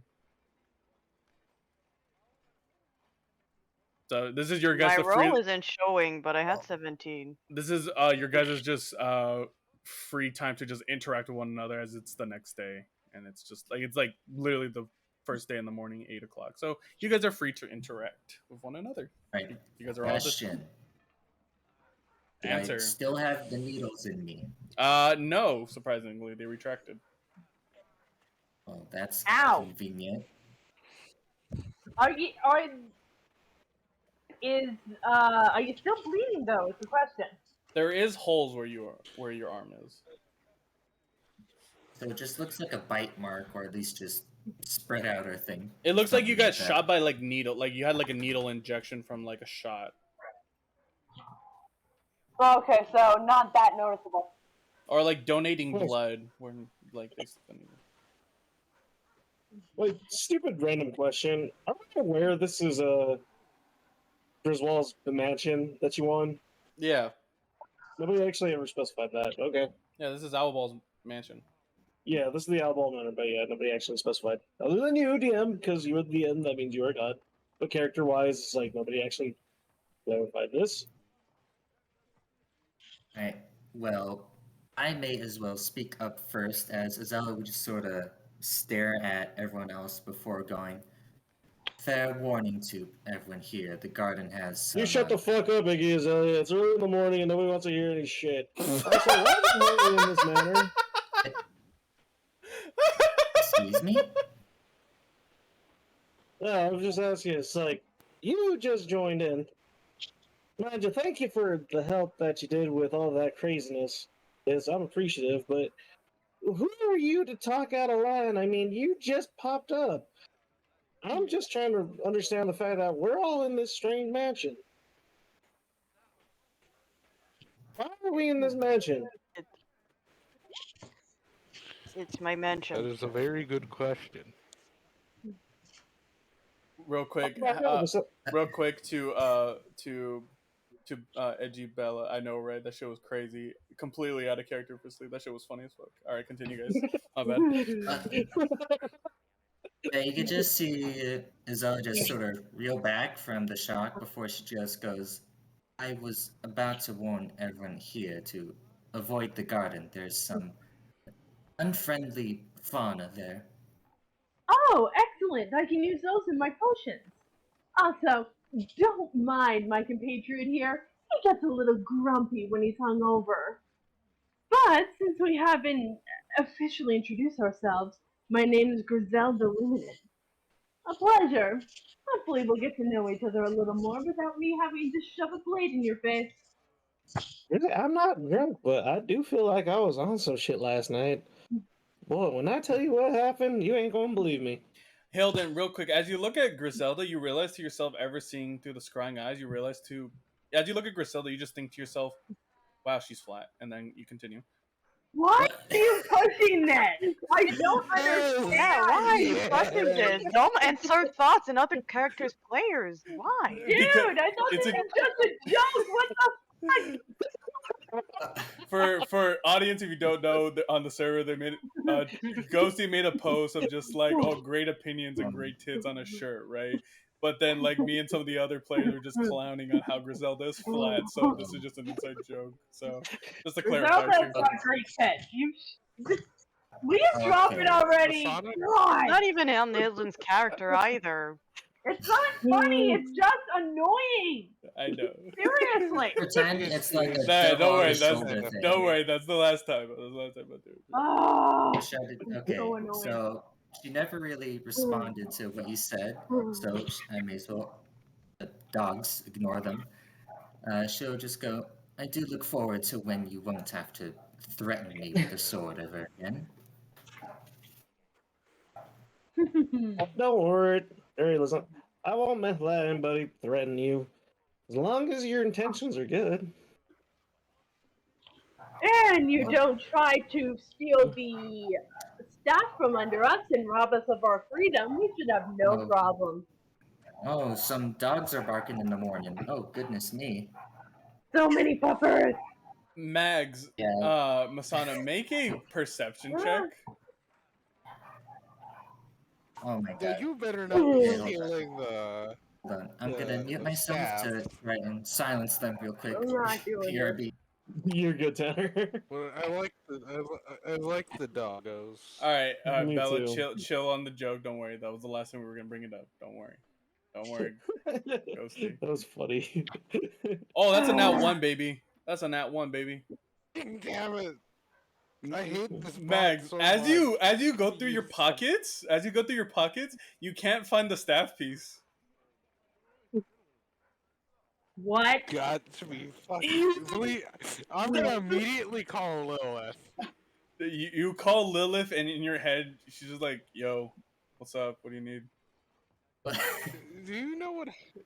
Do you know what happened to the staff piece? I don't know. You dipped off like the grid. I couldn't even contact you. The others She's don't. gonna sigh and then face palm. The others don't know that this happened, so you just face palm like to yourself. Everybody else Did can she witness lose- you face Did she palm. lose a piece? Did she lose it? Oh, Masana, are you no, okay? you don't know that. You don't. You don't know that, so no metagaming. Yes, I'm. Oh Yes, no. I'm fine. I just need to step outside for a moment. Just don't stay So out there she's too gonna long, go because- outside. Sleep. Make an insight check against Masana. Let's go. All right. I I come got back a- from. That's a 17 9. double. So even with the 9, because of their nat 1 on perception, you're able to beat it. You realize that Mags is lying and looks completely worried through their fucking teeth as they leave the table. Not worried. Gotcha. All right. Excuse me, I'm we'll go to the restroom real quick. I'll join you all for breakfast in a moment. Hilton follows Masana outside. So as you follow Masana outside, Masana, you're like frantically checking your pockets and like your bag and everything, and you see Hilden come up. Hey, Masana, is Honestly, I everything was still okay? kind of trying to. Wait, what? Honestly, I was still kind of trying to talk to Lilith because I have an idea. Oh, okay, go ahead. You're talking to Lilith. Okay, I'll give you some time. Okay, it's taking me a little time. Go for it. Yeah. So Masana's just gonna ask her if she can help to find the staff, and then if somebody has it, she can kill that person and give Lilith their soul. Okay, so Lilith says, "Well, the only thing I can tell you is that the artifact is around the manor here."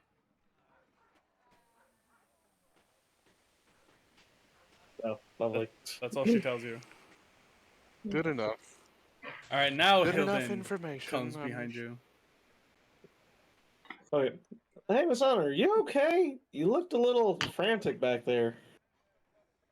You want a piece of taffy? Absolutely fine. No, thank you. Oops, no, it's just, it's nothing. Are you sure? I mean, I know we haven't known each other long, but if someone as gung ho to rush into like problems as you, I've never seen you so worried. I mean, face is a little flushed, as opposed to one side of it. She's just gonna press her hand on face, probably feeling the sunburn. Yep, Just a sunburn. it's a sunburn. That's a side.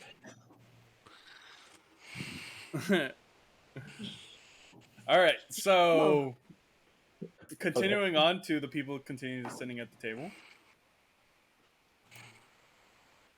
That would be Nami, Griselda, Owlball, and Izel.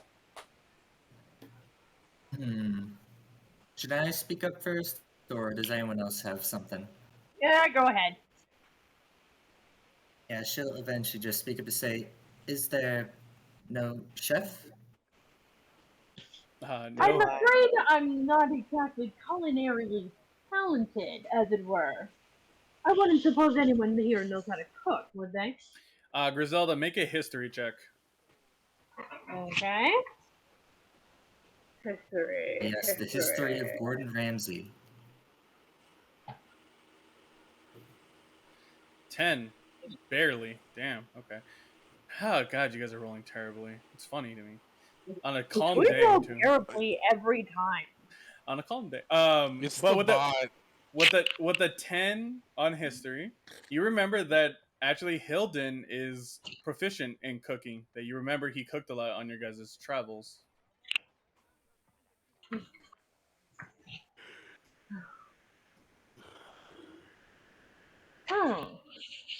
If I remember correctly, Helvin is proficient in culinary arts, as it were, though his culinary arts don't seem to go past roasting random meat over a fire.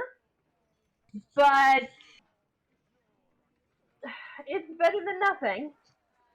I haven't looked in the kitchen, but I'm willing to bet he probably won't be able to reach the stove. As you guys are all chilling and stuff like that, you actually hear like the doorbell on the outside gate of the manor be rung, and Cheesy, in your head you automatically like see through the doorbell. Think of like a ring doorbell, but just like magically scrying, pretty much, right? For everybody in the house, you're able to do this. You just like blink once and then to see outside like the crystal like ring camera. You actually see like a line of people waiting to like talk to you at the manor. So, and I'll list off a couple that'll say some stuff. So, number one, you hear like Do I hello. go to see them? What do I do? I just sit there and just watch? You can they're gonna speak up through the like to the camera because like they know what this is, so they're gonna speak up like why they're here, so you don't have to go outside. real quick. You don't have to like meet them face to face. They're just like passerbys, pretty much, if that makes sense. So like the first one goes up to like the crystal and just like, "Hi, this is the Institute of Housing. If you would like insurance for your house, please come on down to the shop district." And like walks by. Uh, you see another individual who's like, "Hi, we're having an event at the info district. Please come on by." Um, you see another one, looks like a mail carrier of sorts. It's like, uh, for the residents of Owlball Manor, you have mail to be collected in the info district. Post hastily, and then walks by, and then surprisingly, you guys see Stella with her plague doctor mask walking by and her crazy looking eyes. She's just like, hi, it's Stella. I have a business opportunity at my shop. If you guys want to meet me there, and then like walks by, and then the camera kind of like shuts off, and your guys' vision comes back. Is And there anybody else? nope, there's nobody else. Okay. I There's mean, a plague doctor that rang. That cannot be good. I saw people at the door. Well, considering I'm going to open an alchemy business, as it were, I just may take her up on her offer. I mean, Perhaps she has. just to stay real quick, you have not officially met Stella, so you wouldn't I know. who she is. I'm just going off the fact that she's a witch doctor, and I'm trying to be Make alchemist. make an intuition check. So this is going to be a D20 plus your proficiency. All right, what is Stella my gonna be Griselda's natural enemy. Let's go. I would like to see. Nah, we'd totally be best friends. No. All right, where exactly is my proficiency? It's at the top left of the D&D Beyond. It says proficiency. You just click that. All right, hang on. Oh, there we go. Okay. Proficiency. All right, 2. 1d20. Wait, you rolled a 2? What? No, she's Wait, rolling. no. She's rolling a D20 plus. Oh, okay. I was like so confused right there. Come on. Okay, More Thank puppets. you. that is a My 19. goodness. So with the 19, you're able to, with your intuition, you're able to determine that this person does look, like a metician of sorts. That you're like, huh, maybe I will go see their store, and you can probably find it fairly easily. So let me go back down the list. I'll start from top to bottom of where you guys want to go. So I'll start with Cheesy. Where would you like to go? Can we visit the victims of the puppet thing? Ah, yes. Let me retcon real quick. Another person on that passed by was actually a woman wearing like a nurse's outfit that says, "Hi, for the individuals that rescued the 3 patients, you can visit them at the clinic in the info district, as this is your guys' place of residency." And like toodles by. Sorry, let me retcon that. There you go. All right. Oh, a good thing that person came. I kind of want to go and check on them. Okay, so Cheesy is going to the info district, so I'll just do Cheesy info. All right. Next up we have Masana. Where does Masana go?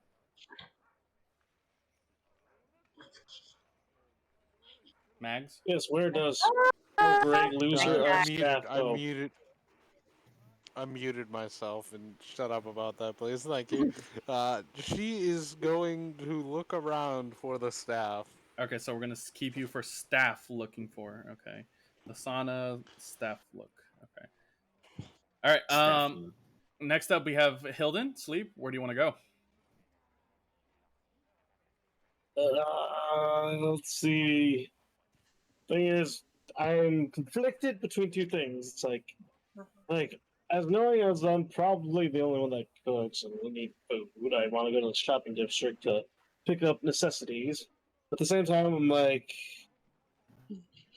I'm just gonna do a quick little thing and just ask Masana something. Okay. What do you ask Masana? Masana, you're still kind of being weird. Are you sure everything's okay? You can trust. You can trust me. I am absolutely fine. With your Okay. passive Need to be insight sleep, confirmed. you know he's lying, but you can leave it at that. Okay. Can I roll intimidation to scare him off?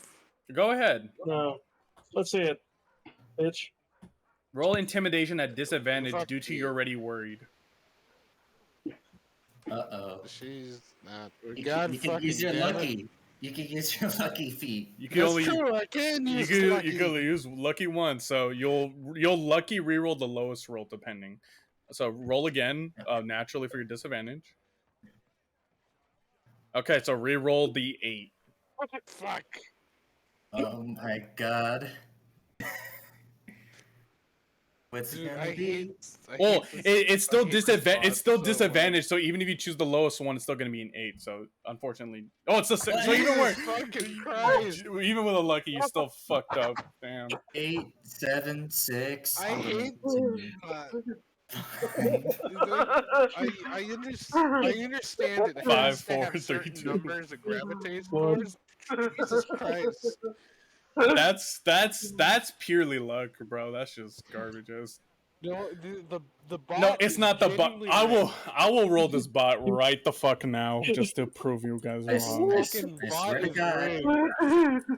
You're gonna get a I nat can't- one if you get Boom! anything. Fuck y'all. Ah! What the fuck? I You keep fuck outta here telling with that you, this bullshit. book is biased. Fuck out of here with No. that bullshit. No, you have rigged the bot. You have manipulated the numbers. No, I don't manipulate shit. Don't Look, believe it. listen here, y'all motherfuckers Okay. just rolled terribly. I don't give a fuck, bro. Look at that 3. I got a 3. Look at that 3. See, you're pissing off Lady Luck, bro. She don't fuck with you. Finally. And it doesn't mean anything. Yeah, you had to beg and grovel her. She had to step on you for you to get a good roll. Damn, bro. I'm threatening this bot. I am holding it at gunpoint. All right, so Hilden is Hilden. gonna awkwardly look at Masana and just be like, "Okay, Masana, if that's how you feel, I'm Yeah. gonna go get us some groceries. You do you, buddy. Here's some taffies for you. You look like you need them." All right. And Hilden's gonna go to the shopping district. Okay. Shopping district. All right. Nami, Woodham, where would you like to go?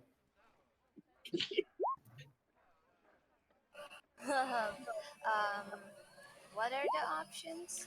You can go to the Church of Almighty, the Info District, or the Shop District. Well, I'm currently broke, so I'll just go to the info district and stroll around there. All right, we're going to the Info District for Woodham. Okay, Griselda.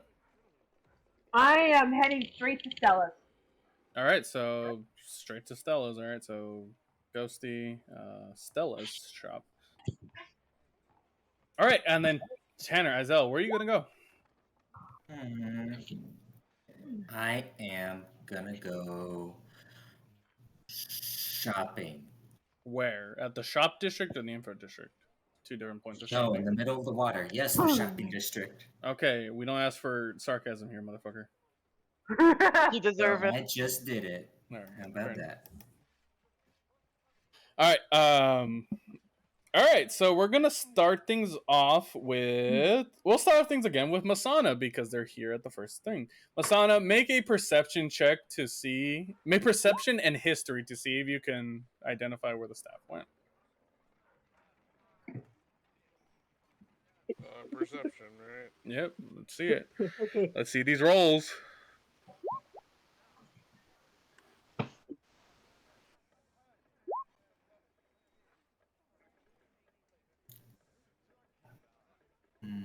Rolls. No, I have a 3, not a. Oh, Two. oh, yeah, that's a. Speaking of I used lucky. That's a I used lucky. I used lucky. Okay, that's gonna be your second lucky to use. You only have one more use remaining. like You are 1 hour. Lucky spot. All right, Finally. you had to use luck. You had to use Lady Luck. She's just throwing you a bone right That's now. that's All why right. I got. So That's with why a I got the perception, stupid feet. with a perception, you think to yourself, I should check the backyard. Roll a history check.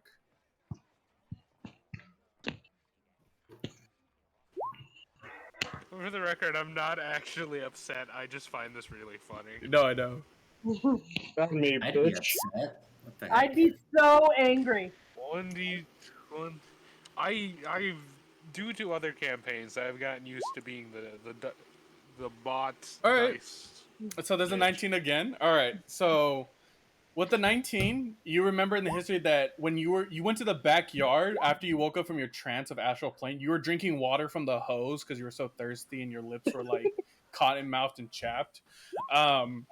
As you go back to the garden, you see some plants that are moving in like their little like box ground that are holding the staff piece, and one of them, with your passive perception, is the stinging nettle one that's holding the staff piece, and it's just like flicking it between its two leaf hands like it's a little ball or some shit. Oh no. Alright, Masana is Major going plant. to take out her great. She's going to take out her great club. Okay. She is going to hit it. Are you activating your fire enchantment? Probably. Okay. Roll Yes, and I'm roll using to hit. reckless attack. And Roll I'm- to hit. And I'm At using advantage. and I'm using my. Yeah. Oh, I'm also no. using All the my frustration. funny radiant damage die. Okay, go ahead. Roll to hit first I am- with advantage. Yes, Ren, get revenge for me. Do it. With disadvantage? With advantage. Oh my god, you have one more? Because your record was attacking, What? so you have I advantage. still So have. I have a singular use of lucky left. let's see it. Okay, that's Okay, a 22. there Ah, we go. All right. So motherfuckers. with the 22, you slam down in the pot ground, and you kind of break it with the fire. You ignite the stinging nettle and some of the surrounding plants. They instantly vaporize into ash. You hear screaming of just in your head, just like, "Ah!" And then all these plants are just burnt to dust and Okay, look, ash. I get that, but I'm still rolling damage. This is personal. Okay, 2, cool. Then Ooh. 1d. I think it was a 6 for my rating. No, yeah, it's 1d6 then. 7. Okay. Oh god, I do 10 no, 7, not 10. So yeah, you destroy all these plants in the backyard. There's no more plants in the backyard. They are all burnt to ash and crisp. But you do find the staff piece. Do I know about it? Do I Nope. see it happen? Nope. No, not in this case. Nope. Oh wait, actually you do because of your ability to seismic touch. You see a giant vibration in your house as you're walking to the info district. There's just a giant vibration of just slamming destruction, and you see like speckles of fire. Oh god. I hope Great. no one burned their house down. You can mentally talk to people, so you can ask around your people's Do heads. I know if Masana's back home? Yeah. You would make a history check to see if you think they would stay behind. History? Okay. Yeah.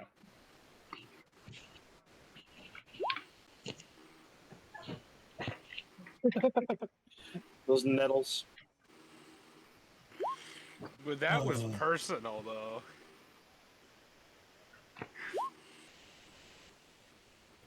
Did what it I work? couldn't, Ren. Nope. Praise Did it- you. Oh goddamn! Why is it not working? To be fair, in a little bit, I want to ask Mantis just to like paint a vivid picture of how bad It says that you're Masana not. tried to intimidate Hilden. It says you're not in roll 20, Owl Ball. But I am.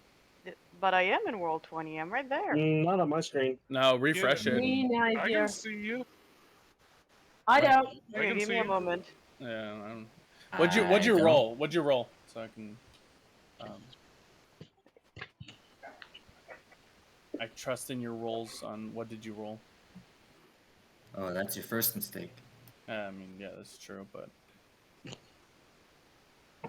There, I shared it in the Wardens Woes Discord chat, Oh. General. okay. Okay, 22. Okay, so yeah, with the 22, you easily know that you remember that Masana's the only one that stayed back. Okay. So you can talk in their head because of the warden ability. And he Masana, is it. are you burning down my house? I'm just doing a bit of gardening. With fire? With a club. That makes fire? Yes. All right, Should just I be worried about that? no, probably not. Okay. Now Masana, where would you like to go from finding the staff piece? So Lilith can't take it, right? No. Okay. Is there like a place that would sell things like bags of holdings? Yes, in the We shop. already have one. In the shop. Only Hilden No, has a bag. I have one. Okay. I don't have one, and for the record, I'm not buying it. I'm stealing it. All right, yeah, in the shop district there would be one. Okay, I'm gonna do that then. Okay, go ahead. All right, so we'll put you at the shop district, Masana.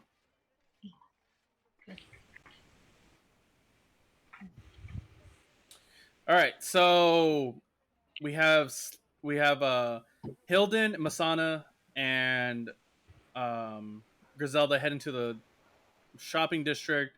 We have Woodham and Cheesy heading to the info district, and Izella heading to the shop district too. Okay, so we have 4 to the shop. All right, so I'll go to doing a test roll. Okay, Cheesy, go ahead.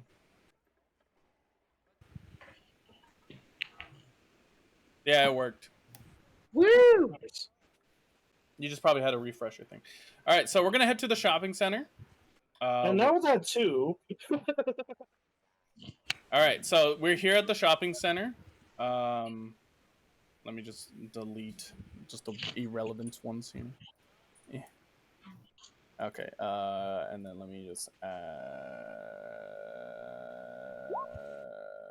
the fuck is it? Okay, Isaiah. Okay, so you guys 4 arrive at the shopping center. You know it's bustling about. There's people, chilling. Do you need a refresh for all the stores, my lovely compatriots? I can remember some of them. Please. I've never been here. All right. I only went to the funny shop that no longer exists, so I can't say anything. I went to 2 shops, I think.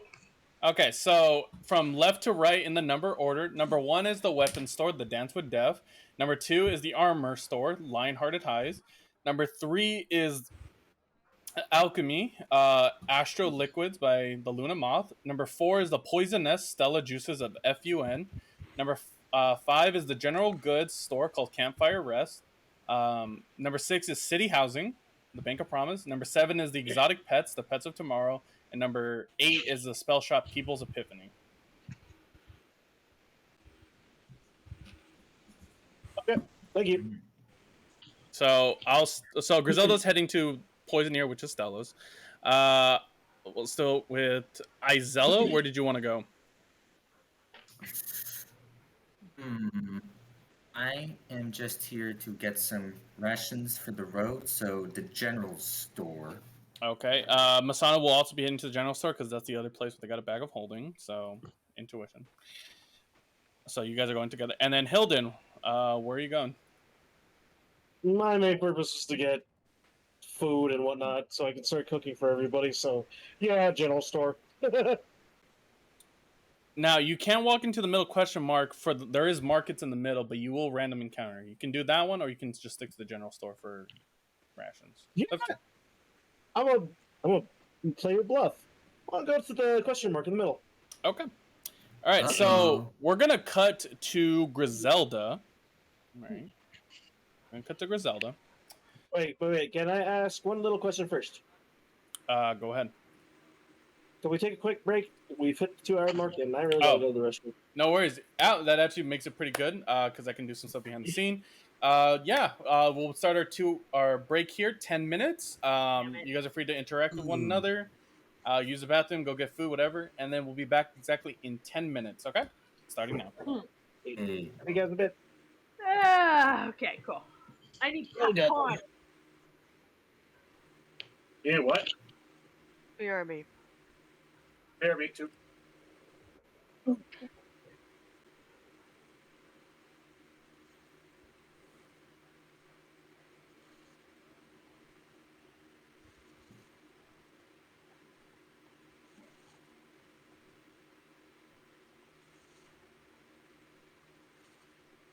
Did everything just get really quiet, or is my internet bugging?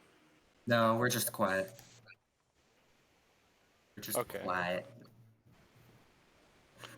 Oh, I'll be honest, I don't know what to buy because I don't have much money.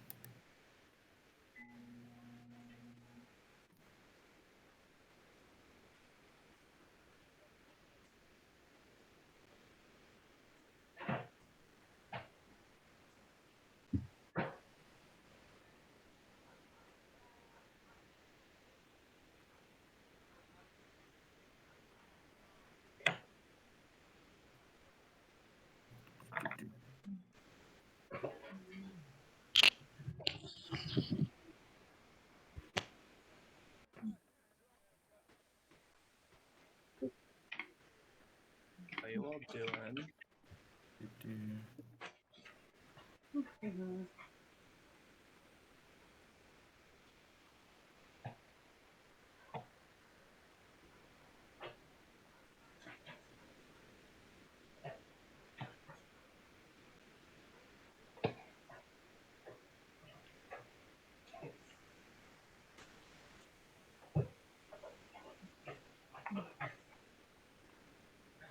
I'm gonna be right back. Alright.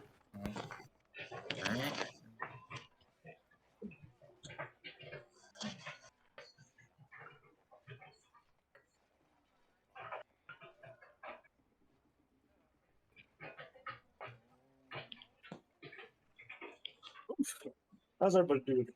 I don't know how you doing. Just fine. Oh, How's the game going for you guys? Fun. So far, so good. That's good. That's good. I'll be honest, I don't know what to do that much. I got no money, What's it- or at least not as much. And then rob people. Then just go for a random encounter. Surprised I'll- I'm surprised I haven't told anybody I have money. So much has happened. But, No, but no, just I'll do some ration shopping for myself and then maybe do the random encounter. no. You gotta understand. The secret ingredient is crime. Well, fortunately for you, my character is goodly natured. Good How natured. boring. Druid. I forgot you were a druid. Well, that's because I haven't done much druid stuff. Yep. Yeah, and I forgot my equipment, and turns out I'm proficient in herbalism, or I have a kit for it. Nice. So And you does got that mean? fucked over by plants. That is sad.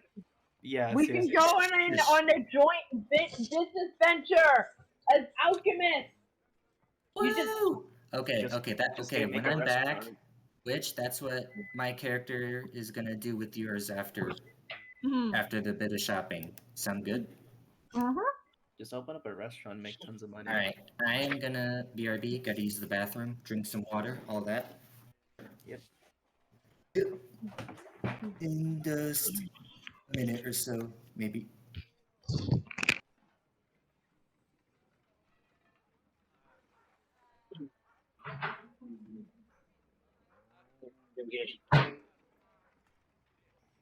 Skitty.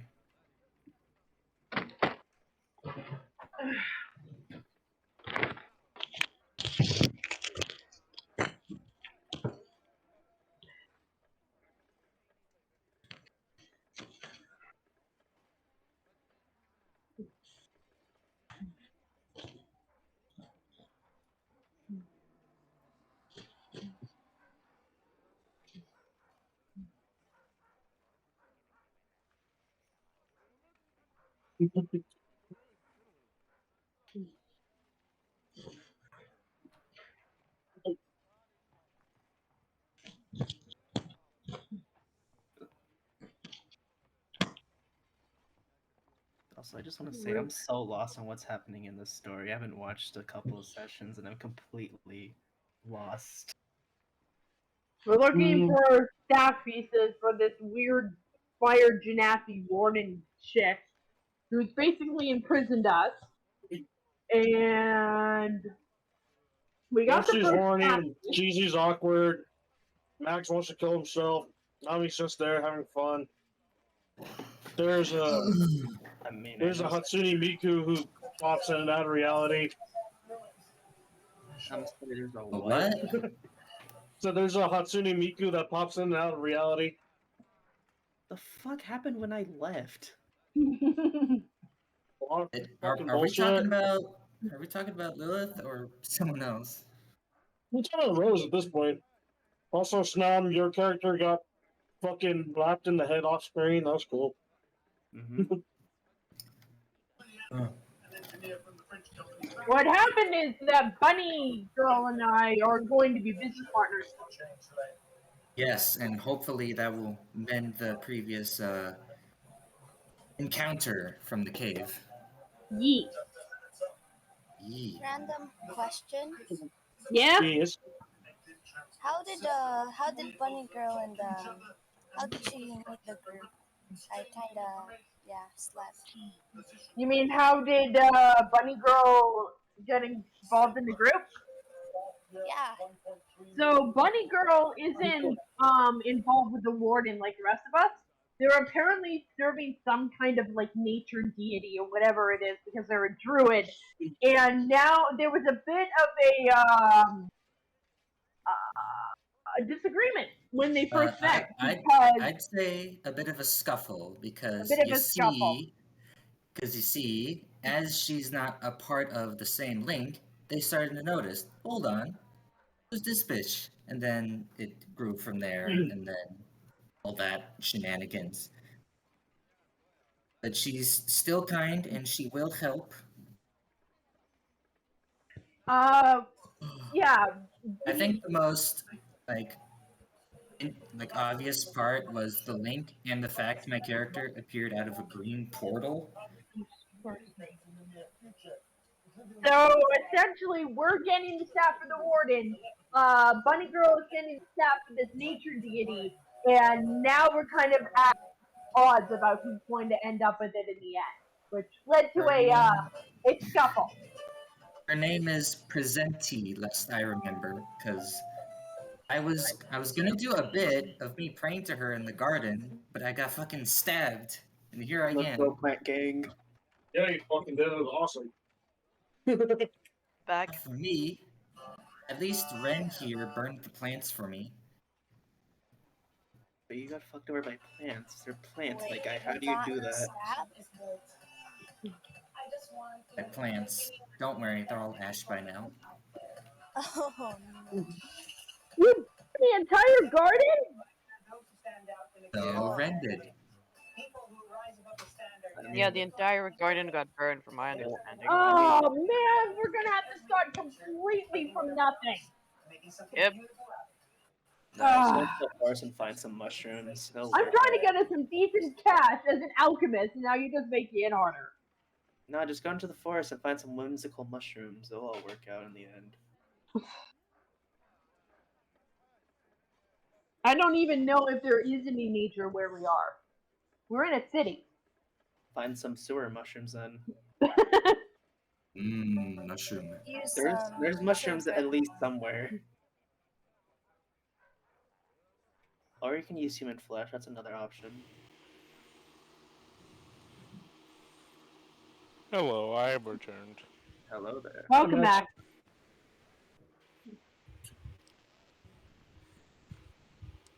My knee was acting up, so I went to go take some aspirin. Wow, that made you sound like an old man. Oh god. I am the youngest person here. Fuck all of you. How old are you? How old are you? Hey, That was I not me. didn't say anything, Ren. I mean, maybe Nami is younger. I'm 17. Oh, well, we're the same age. I'm definitely younger. I'm 16. Okay. Damn. This I group stand was so corrected then. weird. You need your aspirin, Grandpa, for your hair. It's a good thing they don't know. I am not even an adult yet. All right. Fuck all of you. All right, I'm back. Let's start settling Welcome back in. Okay, bye-bye, guys. Alright.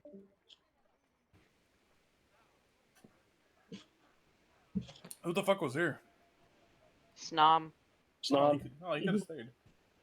I'll tell him he can Oh, stay. it's pronounced Snom. I always assumed it was pronounced Snoom. No, it's okay. If it was Snoom, it would have an extra O. Stop. It's okay. It's okay. Don't worry. I'll Okay. call for you when you. I'm thinking of the Pokemon. Okay. Well, Okay, Snom. Okay, I'll just be it. Hold on. I'm eating one of the goated chips of our lives. I'm eating some spicy nacho Doritos. Just put this on camera. let's go. Sweet, spicy, sweet Is chili this is the best. Oh, look. chili? Snom Avatar is on the Yeah, stream. that's good. You did something. Oh yeah, I forgot that correct, Snom's Erwin. Fuji check is on my shit. I forgot. Yeah. He's just there as little audience member. Put him behind Pucker. No. Okay. All right, so we're gonna continue. We're gonna go to Ghosty as you enter Stella's shop. Right, you enter Stella's shop. I didn't. I just quickly just. I kind of Great. Oh, it's blue. Hold on real quick. I'm just drawing just like shelves and stuff real quick. It's really quick. And this is gonna be her office back here with a little doorway. Okay. So, Ghosty, as you enter, let me find your little PNG right here. There it is. Okay. So, as you enter Stella's Juices of FUN, you oh god, I accidentally. As you enter in, nobody seems to greet you or anything. You don't see the shop owner at all, but you do hear yelling come from like the back office, and you hear like a girl crying and like a guy like threatening.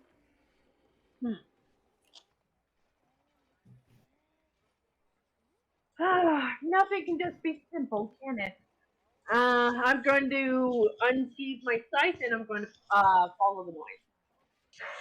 So as you follow the noise, roll me a stealth check.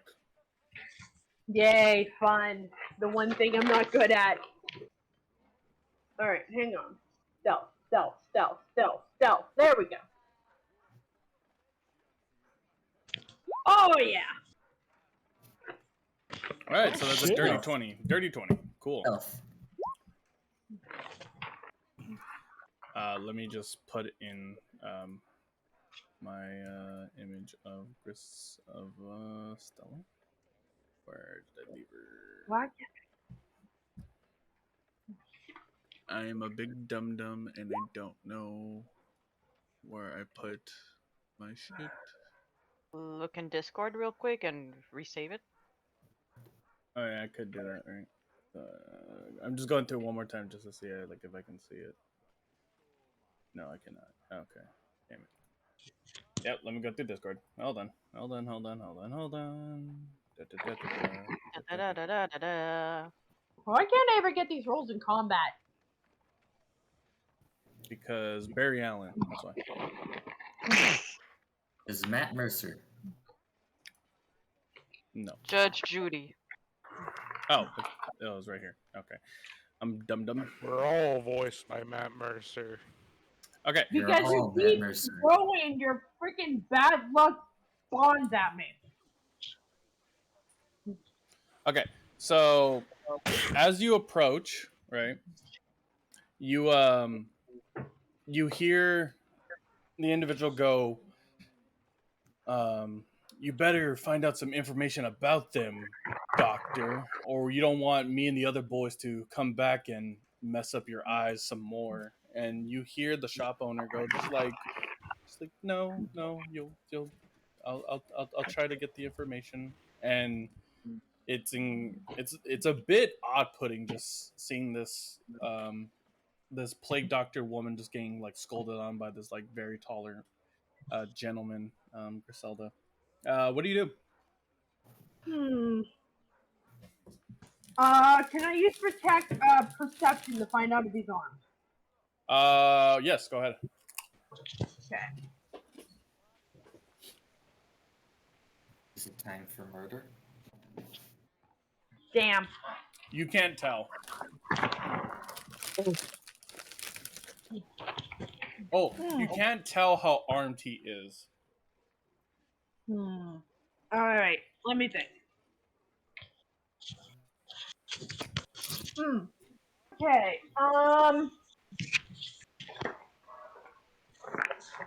I guess I'm going to summon my ravens and send him towards the guy to kind of just discombobulate him, fuck with his head.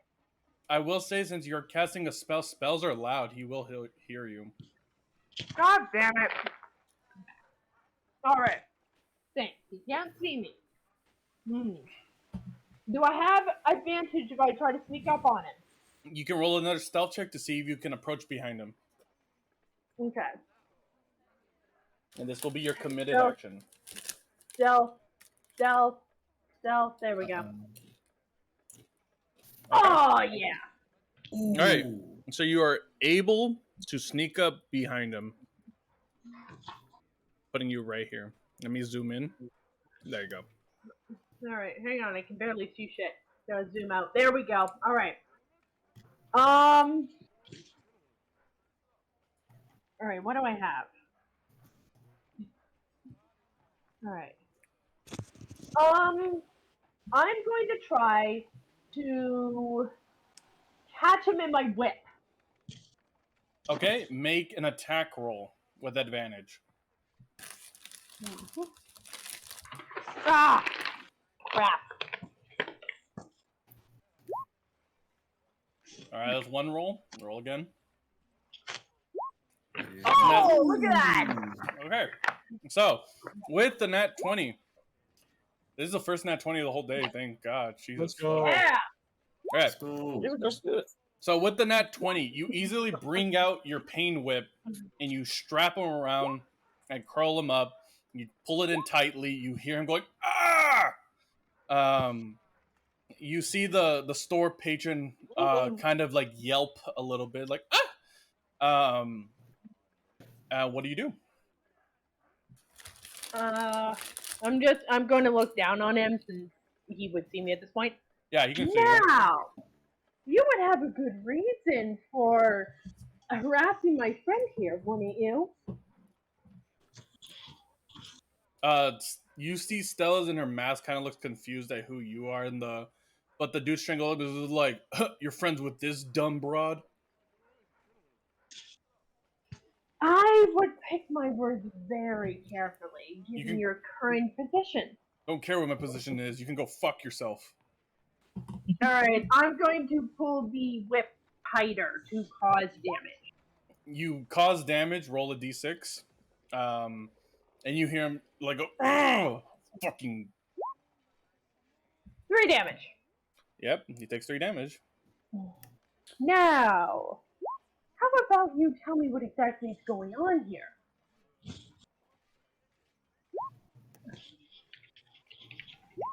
He looks at you and just like with a smile goes, oh, sure. I can tell you the secrets of the universe too if you want them.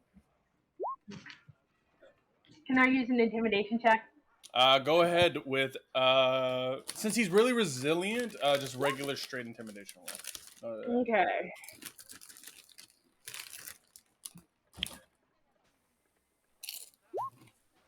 I'm not 20. Ah! God damn! Back to back.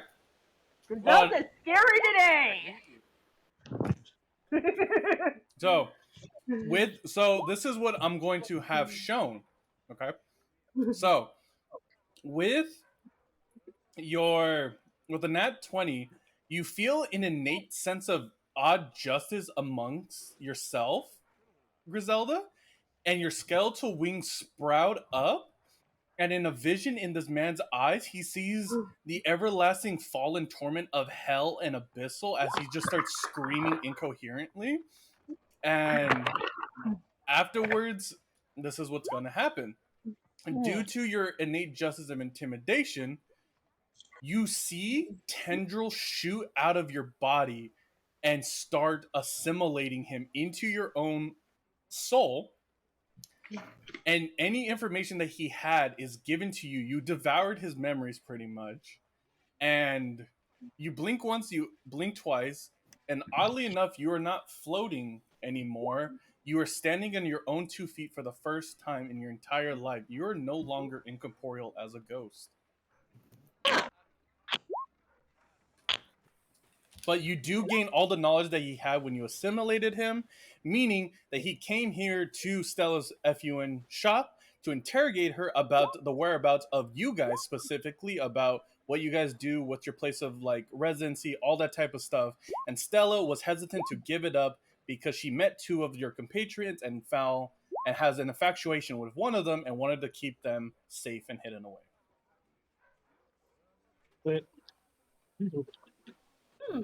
Well, thank you very much for your cooperation. Is he dead? He's no longer there. His essence is gone. You devoured it. Okay, then I am going to unwrap him from my. To explain it pretty much, just imagine what happens when a whole tank of acid is spilt onto somebody and just leaves their skeletal remains. That's what happens. Excellent. Okay, I'm going to unwrap him and put away my whip, and then I'm going to turn to Stella. So, Technically speaking, more often than not, it would leave like a pile of flesh if it was acid. Okay, so excuse me, Mr. No, I'm just fucking with you. I'm just fucking with you. I just thought it was funny. No. Actually, But it does. Yeah, that's pretty much what I heard. I heard, actually, they. Yeah. That was the joke. No worries. Okay, so Griselda, continue. so I heard earlier you had a business opportunity, but now I'm much more curious to find out what all this was about. She's like kind of like gets her footing, and she's a little bit scared of you because the nat 20 you scared like the area of effect, and she's a little hesitant to talk to you because she just saw this woman come in, wrap somebody up in a whip, devour his essence, and then just said, "Hey, what's up, bro?" Like, who wouldn't be afraid? Like, so she's a little hesitant to talk to you. Great. It seems that I've broken her.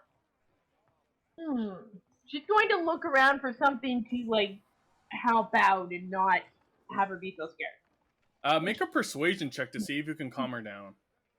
Okay.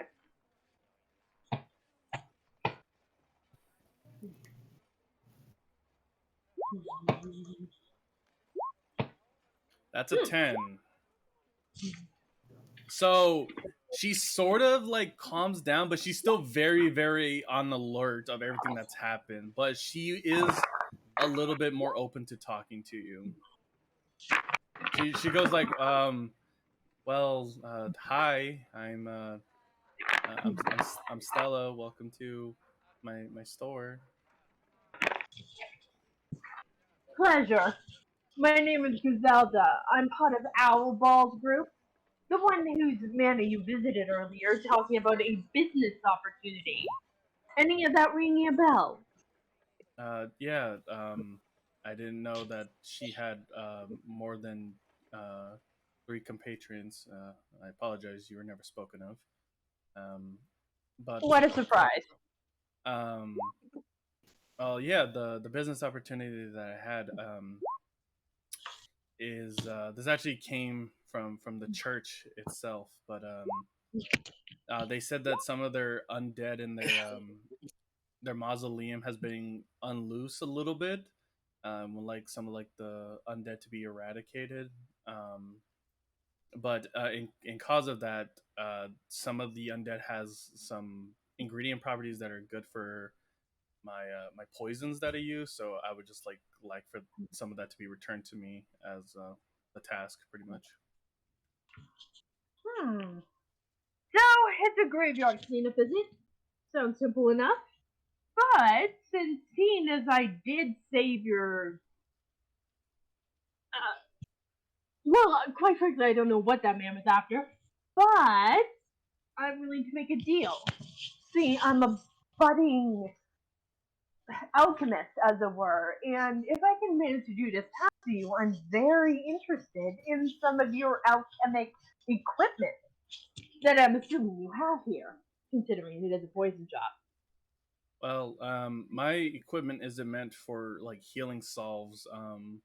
Unlike Menzika south of me, she's more for like the healing properties. I just make poisons. This isn't my Oh, this isn't my normal like attitude of speaking, but quite frankly, Miss, you quite terrify me, and I'm a little shaken up. So I apologize if I'm a little like low. no worries, as usual, response, I guess. But believe me, I am not a healer. And I'd be very interested in knowing how you make most of these poisons, as they would be very beneficial to our group. So, what do you say? Do we have a deal?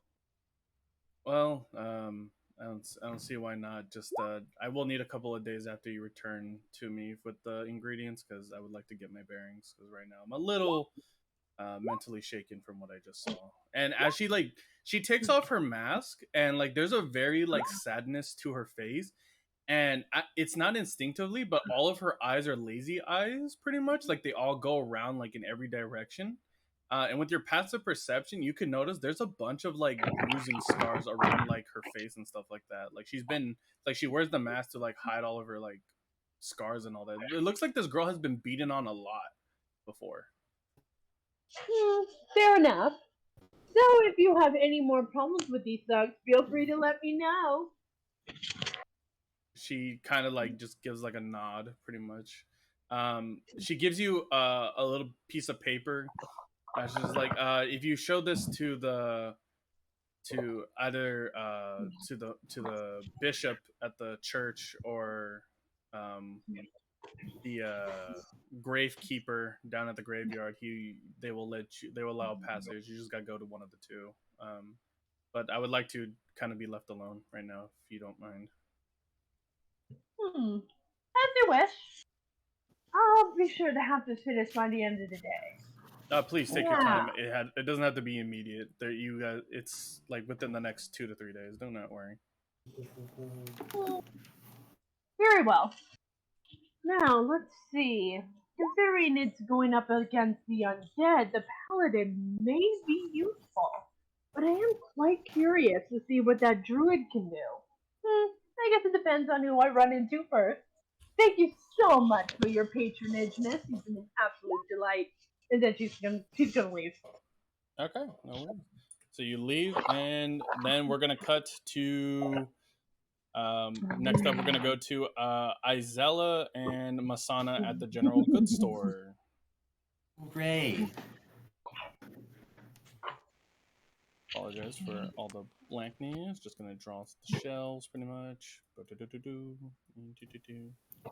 little counter right there, and draw the entryway. I'm up like an icy.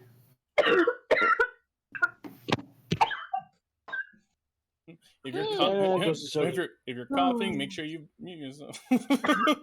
Excuse me, I've been trying to not choke to death. That was not in my mind. I'm choking on popcorn. Just ignore it. Okay, so She inhaled too much person. Izella and Masana, as you enter the general goods store, the Campfire Rest, you're greeted by a. Hold on real quick, let me look at my notes. You're greeted by a human woman. She approaches you guys like, "Hi, welcome to the Campfire Rest. I am the proprietor, Alicia. What can I help you for today?" I was wondering if you had some rations. Rations? Like what kind? Are you talking about like long day rations? Are you talking about just day to day monthly rations? What kind of rations are you looking for? Rations fit for traveling that will last a long time. Okay. Yeah, I'm positive I have some here for you. Let me just check something real quick. Sorry. Show me the cheese. No. I'm just putting her picture here so you guys. Okay. There we go. There she is. Ah, damn it! She's just here. Um, she's like, yeah, okay. Yeah, we have some rations here. Do you have any preference? Would you prefer like meat? Do you prefer like vegetable rations? What can I? Preferably greener, such as veggies. Okay, so she has like a bunch of like spinach, kale, corn type assortments of rations. She's like, how many weeks, days do you need worth? Hmm. Let's. How much would be 2 weeks worth of rations? 2 weeks would be 2 gold.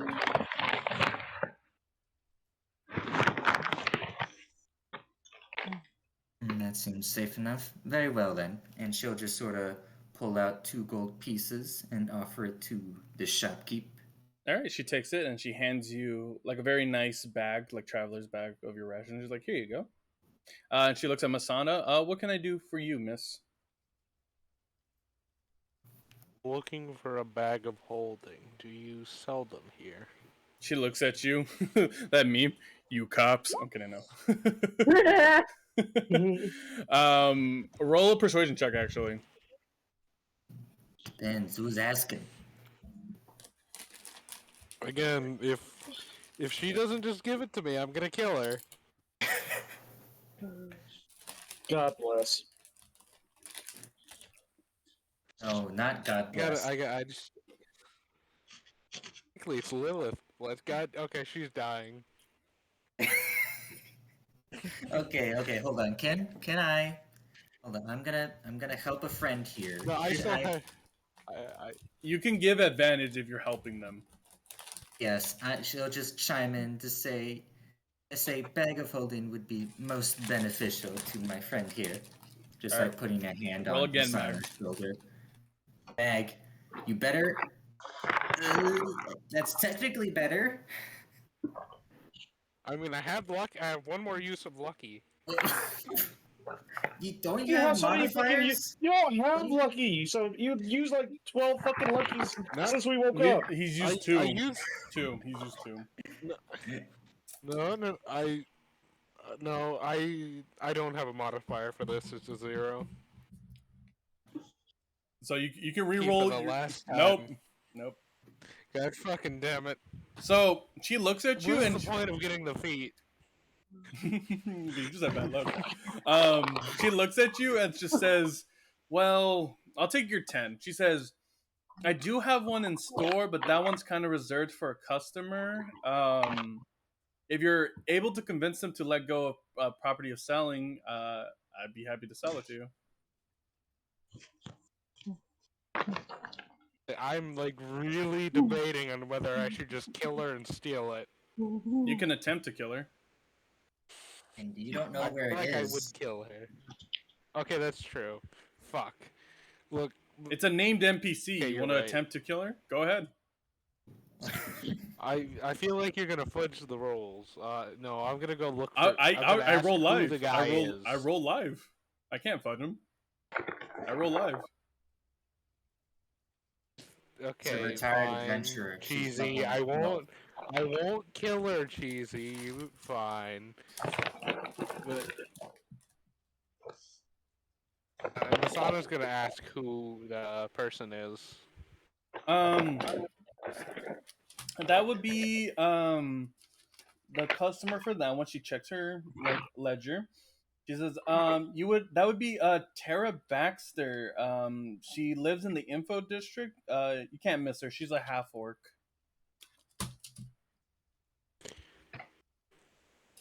Masana's just gonna leave. Okay. Adela, do you do anything else?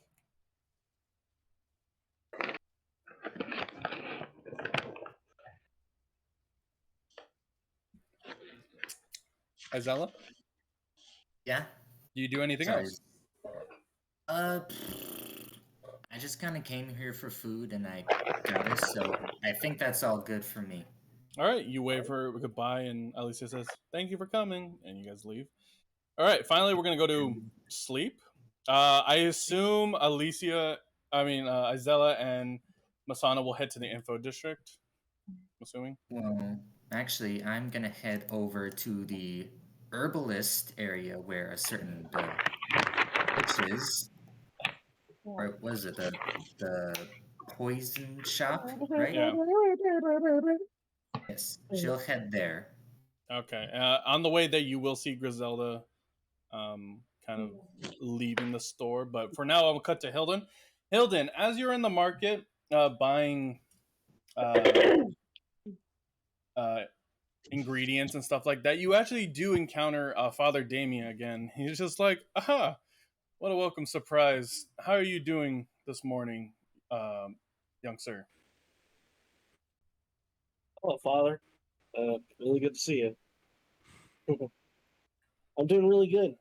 Thank you for your talk yesterday. I'm still trying to figure out what everything you said meant and what my current path is going to take. But I do feel better. I am glad to hear that. Now, this might come out of the blue a little bit, but would you mind if I request you for some help? Oh, well, sure, Father. What do you need? You see, in my mausoleum in the graveyard behind the church, it seems there were some miscreants that decided to use some early necromancy to raise some of our betrothed down there. And it would be a pleasure if you could simply just put those bones back to rest. Simple job. But I would say you would need to bring some extra help, as there is a good amount of them. Yeah, doesn't sound like too much of a problem. I think I could see what my friends could say, and I feel like we can handle it just fine. Alrighty. Well, I appreciate the help. Just whenever you have your compatriots, just meet me back at the church, and I'll simply unlock the way towards the graveyard. All right, sounds good. If I'll be seeing you there soon, hopefully. And he shakes his head, and then and surprisingly enough, he pays for your groceries.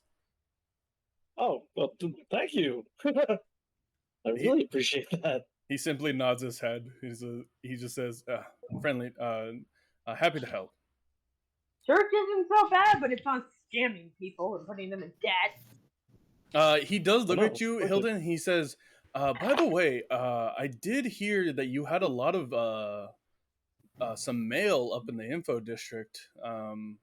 Some passerbys came by because they saw you leaving the church, but they missed you, but they decided me to pass the message along." Really? Well, that's fascinating. I wouldn't know who would send me an email, but I guess I should go check it out.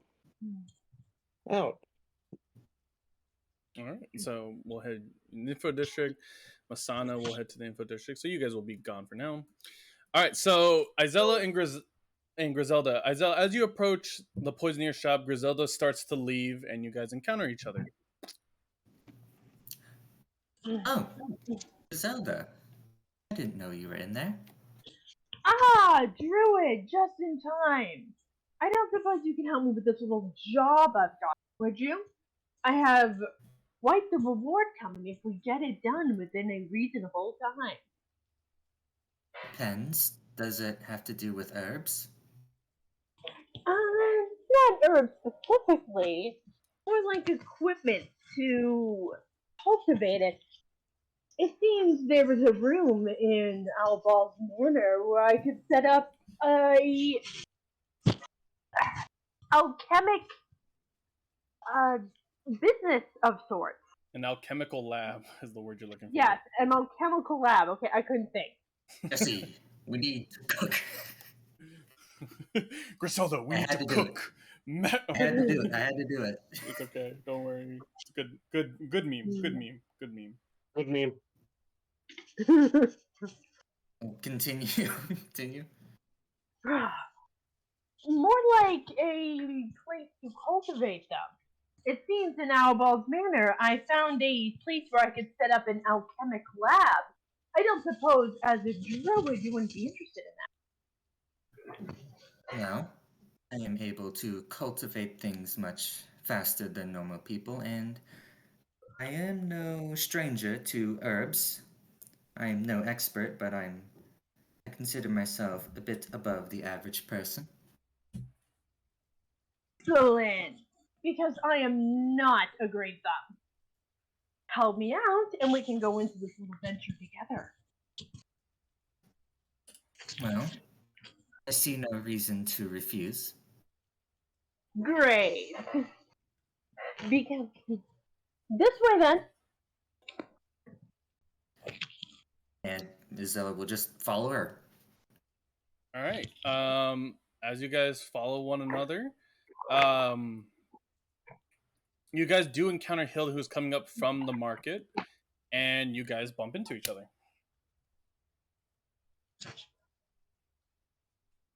Bump into who? You bump into Hilden as he's coming up from the market. Oh, okay. Oh, hi everybody. How are y'all doing? Well, you're in better spirits. What a shame. We're about to do a job. You wouldn't have to have an experience with the undead, would you? Well, besides me, of course. I was gonna say I deal with you on the daily. I feel like I have a good understanding of the undead. Excellent. We have a job. We have to clear up some menacing dead from a graveyard. Find the church? I don't think it mentioned being behind the church, though we could be going in the same location. Yeah, I was going. Well, I actually got asked by the patron of that there church over there, and told me that he's having some trouble with the undead too. I would assume it'd be one place, unless there's a bunch of graves all over. Excellent. I have some alchemic equipment in the wings waiting if we complete this job. Let's go.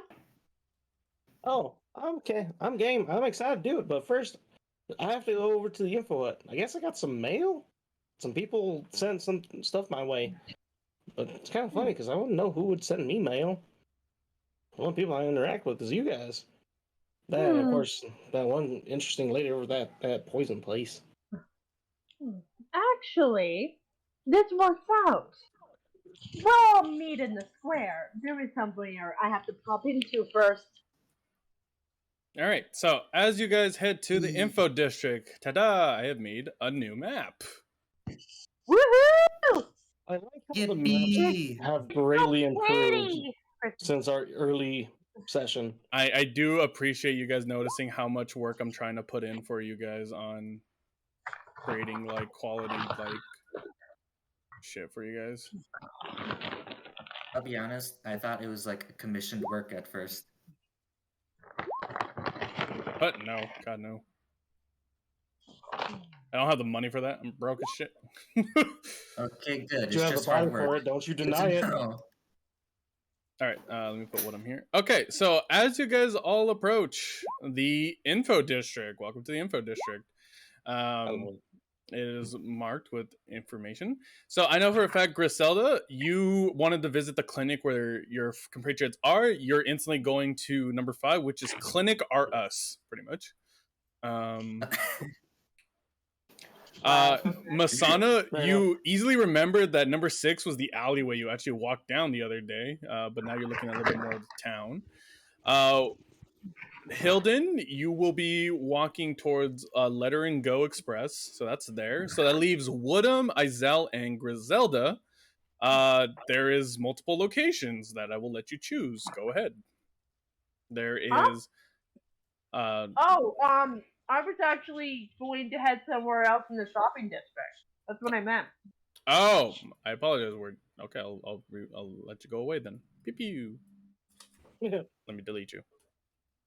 Okay, so I'll come back to you way later then. Unless it's a really quick shopping trip. I was just going to go to the weapon shop to ask if the owner knew anyone who could help me get proficient in the trident that I have.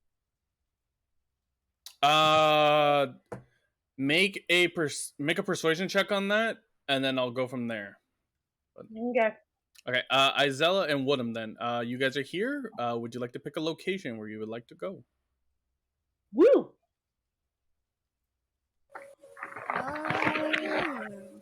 I'll just go. I'll just go follow. What's her name? Which one? The person beside me. Oh, that's Izella. So Izella, you get to pick for you and Woodham.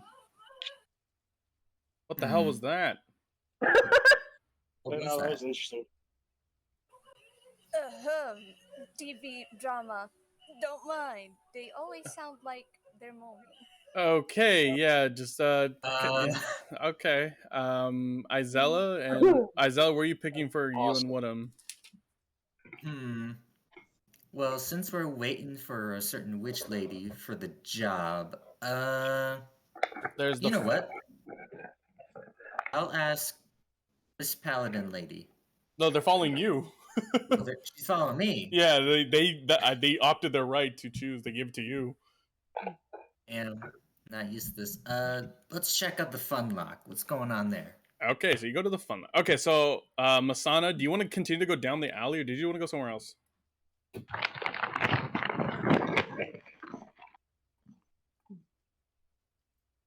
Mags, you have yourself muted.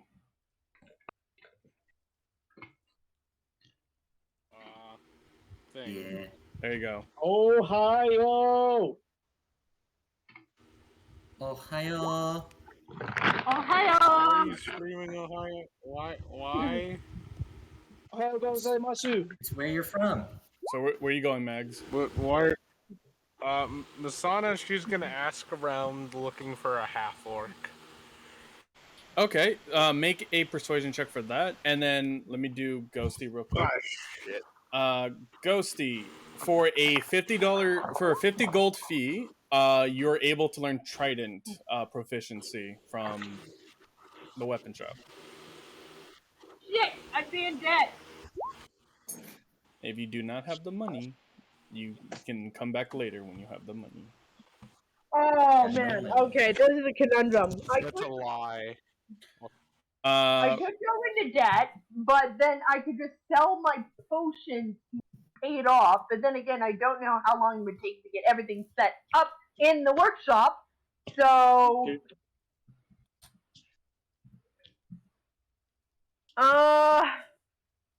What do you think? Don't look at me. I'm asking everyone else. No, this is you, bro. They can't help you. They're not near what? you. They can't help you. I'm the voice in your head. Rob them. That's what the voice says. Rob them! Why not? I'm not robbing anything! You can't rob proficiency. What the fuck? Hey, I'm just a suggestion. Eat their soul, and maybe you'll get the proficiency by doing that. I don't think that's gonna work again. She already had her fill. Never know until you try it. Besides, First time for everything. First time for everything. I like the shopkeeper. She could potentially teach me sword dancing. I don't know how long we're going to be in this area, though. That's the thing. You guys have a while. You're gonna be in But then we can moving on. We already got the staff piece. There is still one in the. There's still another one. There's a total of 2 in the city of Foothold. Okay. Exactly. So you guys have time. Don't worry. Don't feel rushed. Alright, considering how the last boss battle went, I'm going to need all the advantages I can. So, yeah. I will owe 50 gold to this shopkeeper. Alright, so that places you in debt. Cool. No. And so you have Trident proficiency. You can add that to yourself. But you do have debt that has to be collected in 3 days. Okay, 50 gold in debt. 3 days. Got it. No worries. And then we're going to have you back here. I'll tell you where you want to go afterwards. But Masana, with your persuasion, they do tell you that they do know the half-orc Terra. She is the muscle bodyguard in the Cahoot's store. Also, for somebody who Alright, keeps Masada. crinkling that bag real quick, if you're gonna eat and crinkle that bag, please mute yourself. It's cool. Okay, dig deep. Dig into that bag. Get all the fucking crumbs. And lick it. All right. All right. So I'm gonna start off with Owl Ball. Owl Ball. As you go to Clinic RS, you are greeted by like a receptionist. She's just like, "Oh, hi. Can I help you?" Oh, hello. Someone came to say that the 3 victims of yesterday are Maribel. Oh, yes, the Owl Ball residence. Yeah, right this way. If you go down to this hall, you can find the intensive care unit. Your 3 compatriots actually are they're still asleep from their wounds, but our nurse has been nursing them back to full health. Go ahead, you can walk through. Oh, alright, thanks. So as um, you walk through, and you see your 3 uh, friends, you know, on their beds and covered in bandages and stuff, like IVs and stuff like that. And carrying to one of them is like a very tall, like woman that has wings sprouting out of them in a very like fayish presentation. But they're also like holding a cigarette, um, and they have an eye patch. I'm gonna show to you guys. You guys can see. You guys have access to it. I'm gonna show the portrait. This is Svetlana. You guys can see. I shared it in the Oh, yeah. Hangouts. I see. Alright, I see it. I see her. Yeah, that's See Svetlana. him. Um, they're like, they are a human-sized, or like human tall-sized pixie. Surprisingly enough. So Svetlana looks back at you, and kind of like a really like straightforward voice is just like, "Can I help you?" Oh, I was just wondering how the 3 people were. I'm Owlball. And she takes out the cigarette and she's just like, "You don't need to stutter so much. Relax, kid." Shh, sorry. She's like, "Well, yeah, these 3 had medical insurance. That's why the necklace, if you notice, it's something we sell here. Where like if you're on the brink of death, we magically teleport you here and we fix you right back up for a fee, of course." Right. Efficient, I suppose. Are they alright? Are they gonna live, or? They're gonna live, but they will have some noticeable scars and some loss of motor function because of their veins being pulled out. This isn't the first case this has happened. That puppeteer is a menace that runs around the mines and undergrounds of society. So we have dealt with these cases before, but these are some of the more lucky ones, to be honest. Oh, I see. Do you got any more info about this puppeteer guy? Yeah, he usually works as an agent of the manager. People that are like bosses or have special powers, they get stripped of their name and they just get replaced with the and then whatever their associated occupation is, hence the manager, the puppeteer. You'll Oh, notice that some of them will be in and about out of the tower from the city. If you ever do encounter, just be wary of the gardener. She's she's not loyal to the manager. She's loyal to her plants, and if you hurt any plants around the manager tower, well, there goes your life. And she like takes another inhale of her cigarette. Oh, God, I this is a long day. see. Yeah, probably is. Uh, can, Has do you need does anything the else? do the insurance cover everything? Do they need anything? Well, actually, yeah, there is something you can do for me.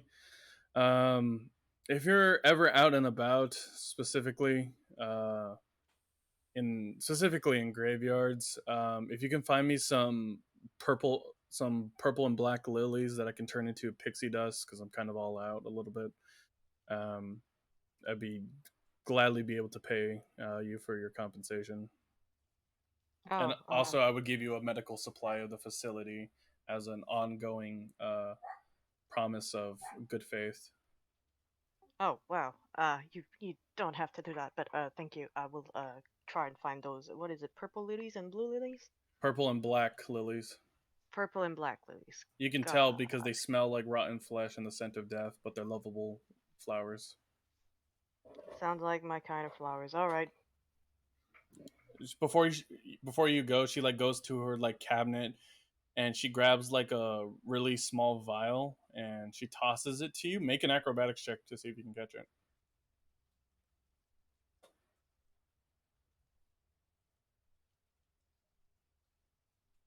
16. Yes, you're able to catch the vial before it falls into the ground.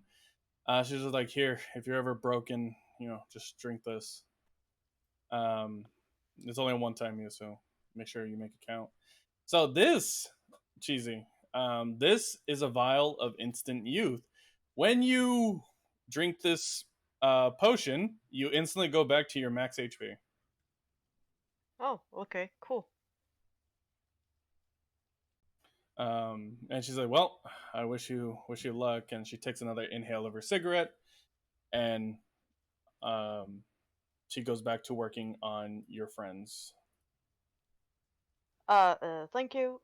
See you later. Bye. She nods with her cigarette in her mouth. All right, so that is your encounter with Svetlana. Svetlana. Svetlana. Svetlana. Helvetia Russian. Okay, let me put the music. I was like, what am I missing? Then I said music. All right. So next up, we're gonna have let's go to Letters and Go Express, actually.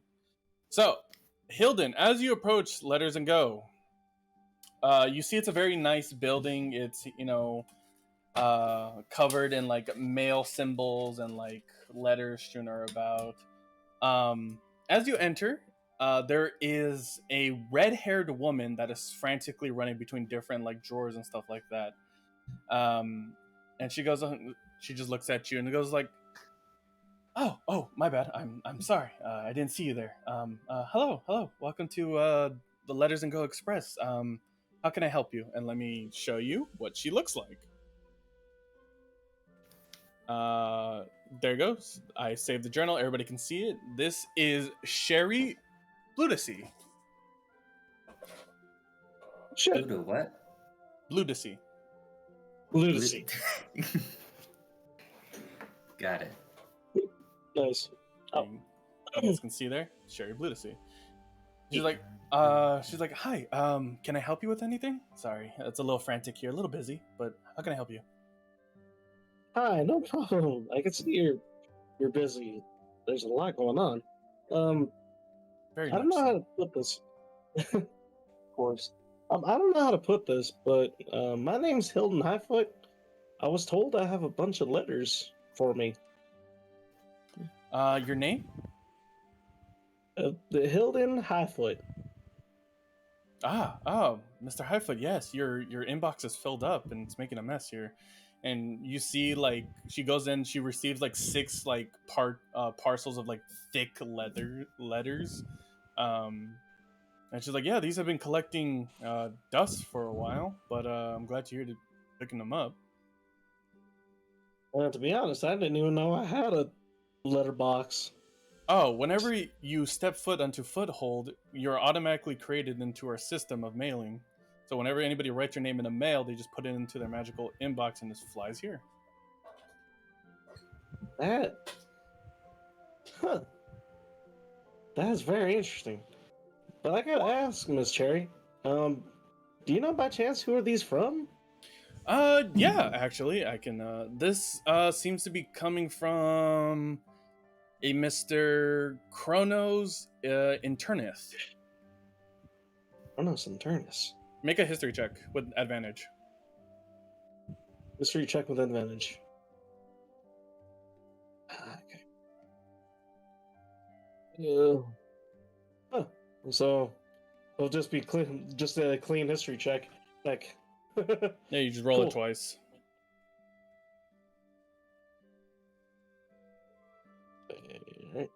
This first one, both 10s. No worries, you passed. Don't worry, That's it's not that interesting. hard.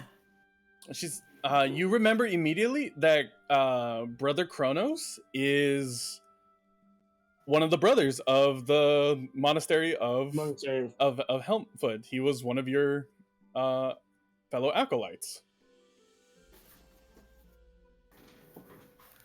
Brother Kronos. How did he know I was here? I miss him so much. But at the same time, I know he's probably mad at me like everybody else is. Would you like to read the letters? The most recent letter. Yes. Most recent letter. Yes. So very much so. The most recent letter says, I don't know if you're still alive, Hilden, but I just do wanted to tell you, if you somehow get these letters, that that brother Eli is coming to the city of Foothold to find you. I do not know where, but apparently the monastery has begun to forgive you for your actions and is willing to let you come back to the monastery in return of turning in the demon abomination that you had traveled with. I hope you make a decision that will help both individuals, and we miss you ever dear so. And in there is a pouch of 25 gold. And on the PS note, it says, me and some of the other brothers decided to pitch in for some supplies if you happen to get this letter.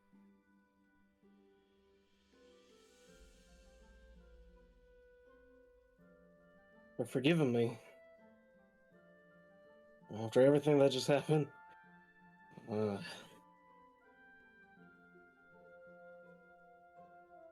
Hilden becomes kind of sullen in reading the letter. Part of him is somewhat grateful knowing that his brothers and family do miss him, but at the same time, I can't turn away Ghosty. I can't turn away Griselda. He's my friend. If Eli's coming, I know this is going to cause a lot of trouble. Hilden just crumples up the letter and puts it in his pocket for the time being. Kind of like dances the coin pouch a little bit and says, Michelle, why is it that you have so much, why does it seem like you're having so much difficulty here? Oh, because there's just a bunch of letters. They come in and out, but don't worry. I'm just a little behind because I had to call out sick yesterday, but I'm okay now. Just catching up. That's so sad. She looks at you and she notices that your feet are basically like beacons, because since you've been in Owlball Manor, you have residency. It's attached to other like letters of Owlball Mansion, and she's like, judging by your physical footprint, instead of like digital footprint, physical footprint. Nice.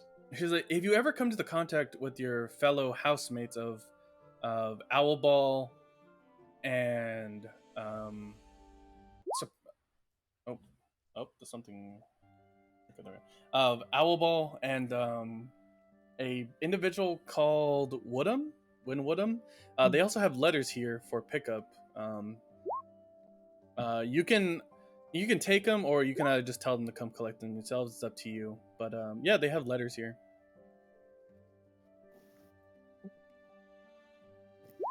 No, it's fine. I'll pick them up and take them to my friends. All right, thank you. And you like take the letters, and it kind of helps her out with her workload. And she brushes you like a quiet smile, just like, thank you for not being like a dick. Of course. All right, so that's letters and go. Next up, we're gonna go to Masana. Masana, as you go to the In Cahoots building, it is a backwater type building with vibes of secrecy and conspiracy. And as you knock on the door, it opens up straight up, and you only see eyes of a woman going.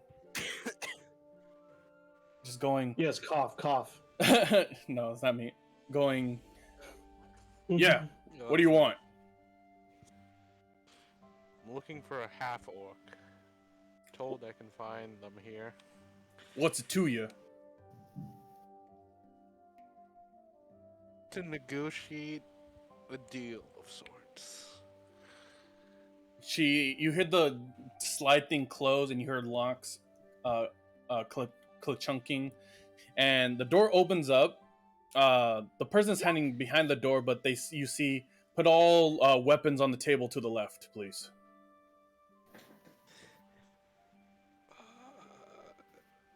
Hold on. Could I roll, like... Would it be sleight of hand to keep something? Yes, it would, but it would be a disadvantage because you're doing it in the middle. I can live with that. Because if I can keep it, that's something, that's great. Should I get a 1? That's a disadvantage, so you got to roll it again. So you lose that nat 20. I feel... Unless I get a second nat 20. That's a 10. Bruh. That's so dumb. That makes you just trash. So, with the I got a 10, nat 20. yep, but it's disadvantage, so you don't get that nat 20. So, with the sleight of hand of 10, you're only able to keep a dagger hidden away. Yeah, I can work with that. After you put it on, you look to the right, and actually the person behind the door closes it, and it actually is a half-orc woman. And let me show you the half-orc woman. All right, everybody should have access to it now. This is Tara Baxter. Amen. Very cool.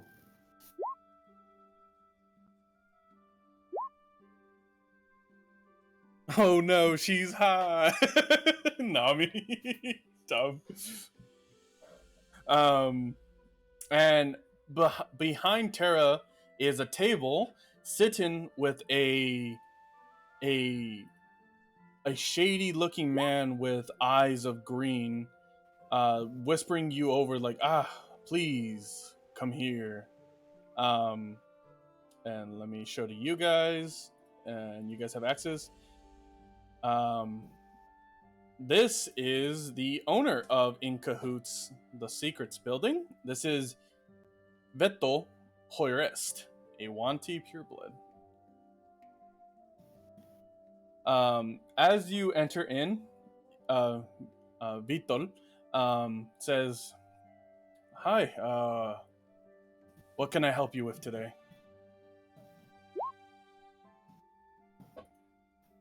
Who was looking to buy a bag of holding. Tara Baxter speaks up, and she goes, "That would be to me. That is my bag of holding. What would you need it for?"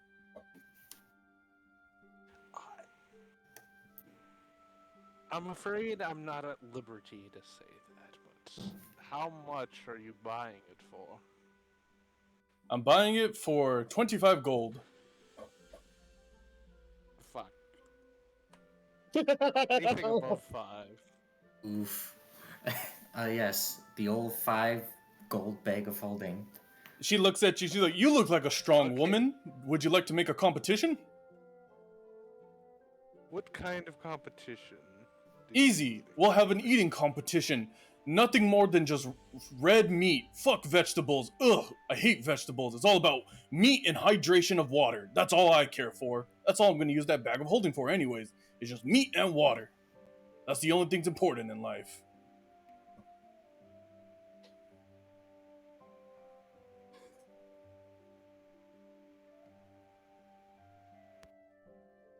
Sorry, I just had to mute for a second. Alright. I'm back though. So you're telling me you wanted to buy a bag of holding so you could just eat? Yep, I want to hold all my water and all my red meat. All the different meats. Boar, beef, chicken, pork, deer, goat. I just want to have a collection of meat. That's an interesting aspiration, but I do accept your competition. Very well. We will head to the Fun Lock, where we will have our display of competition in the middle of the town square. Uh, Vital speaks up and says, Terra, I swear you and your impetuous actions caused such a disruption in their line of work, but I will allow it this once since it seems there shall be no other way to convince this young woman here. Where are my manners? I am Vital Hoyest, proprietor of the In Cahoots building. Is there anything of my services I can help you with? No, and I am far older than all of you. Vettel speaks up and he says, that older than Terra perhaps, but not to me, for you have been a busy woman, Masana. Should I know who you are? You don't know, you will never know who I am until now, but I know of you. As I said, this is the building of secrets, where everybody that has lived I have gathered information about. I know about your other compatriots, Masana, and I know about your will to die. I have the detailed reports of you sitting underneath the tree after that one excursion with your other group of friends that are long behind the past of time. Where exactly did you find this information? Told you, this is the building of secrets. I have a wide range of networks and agents that are all around the different material planes of existence and all the planes of existence where I will find out any information for a price. You were a recent contract from a certain Empyrean force of nature.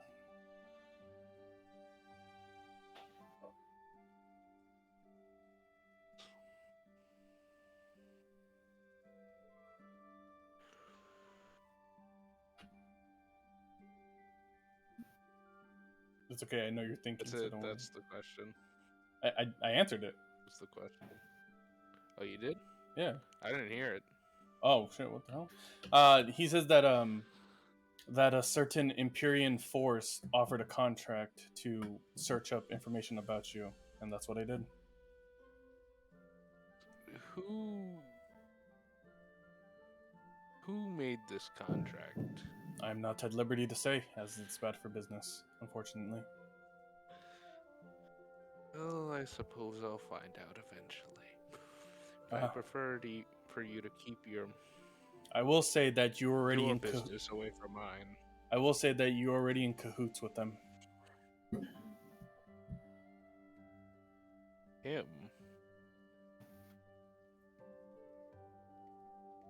Or they. Who They. exactly is him? They. Not him. They.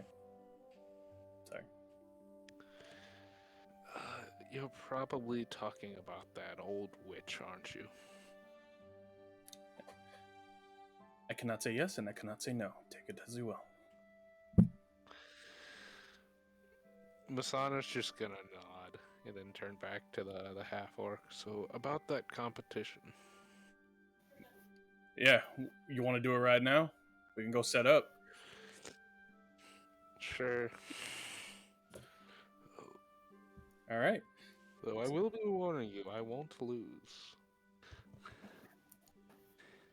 Don't be so cocky. And you guys walk out. And then Griselda, since you're finally arrived here, Griselda, I'm having you in the alley specifically before I get to the fun lock for everybody else. Everybody else, I will say, will be turning towards the fun lock area as everybody's starting to like gather around there. But Griselda, I will be going to you real quick. Again, I apologize to Izel and Woodham for a little bit of delay, but this is just for character reasons. I hope you understand. We're having fun in the fun lock. Yeah, exactly. Let me do this real quick.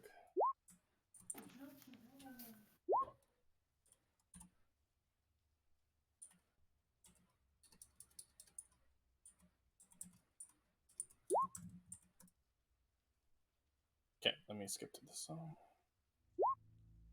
Put this up. So, Griselda, are you here, right? Griselda, you here? Josie? I'm here. Sorry, you were muted. I'm here. Yeah, I know. I was eating popcorn. Continue. Griselda, as you are walking towards the info district, you have a bag put over your head and you're wished into, you feel yourself being like dragged away into an alleyway. You hear a voice of someone to go, move, move, and like you hear like yee, like little yelps and stuff like that. You find yourself in the back of a very deeper alleyway, and standing in front of you is a, let me share this to everybody. Will see it, but don't metagame it because it's just ghost that's seeing this. But you see a familiar face, being Rafael Puro. Which If you need a quick recap, I can, because yeah, go ahead. It's been a while. Rafael Puro is one of the heads of the cult that have created you, and was the one that stood by when you were sent to Carcery with Hilden back a ways ago. Ah. Oh, you. What do you want? I thought you people were done with me. Glad to see you're doing well too, Griselda. But formalities out of the way. Surprisingly enough, you are needed again, and you are to be exonerated in this life if you're able to complete your task that will be bestowed upon you. And what exactly does that mean? You're going to try and use me like you did before. We didn't. That's not the word I would use it, and you know it, of course, for I only sought for the betterment of the cult. But, in a manner of speaking, you were working as an agent of us, of course. And your task that we have is there's a certain goblin in your amidst of a crowd who happens to be the daughter of one of the most powerful militia forces in all of the lands, as she has been gathering strength to repel against a lot of forces across the lands, and she is causing a bit of problems to our businesses of sorts. And we simply need a quick image of fear to present to the leader for her to act irrationally to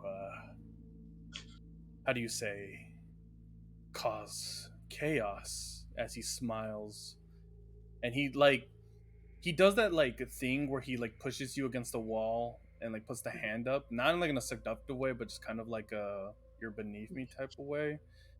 And he is taller than you, and he says, because you know all about that and you know you love it, of just the causing of chaos, Griselda. Refuse this mission and the entire cult will come after you. But if you succeed in this, you'll be granted a multitudes of power to help you along your journey. If you're so concerned, why not do this yourself? Honestly, why do all of you even exist? You have nothing more to worship, nothing more to gain. Oh, that's where you're wrong.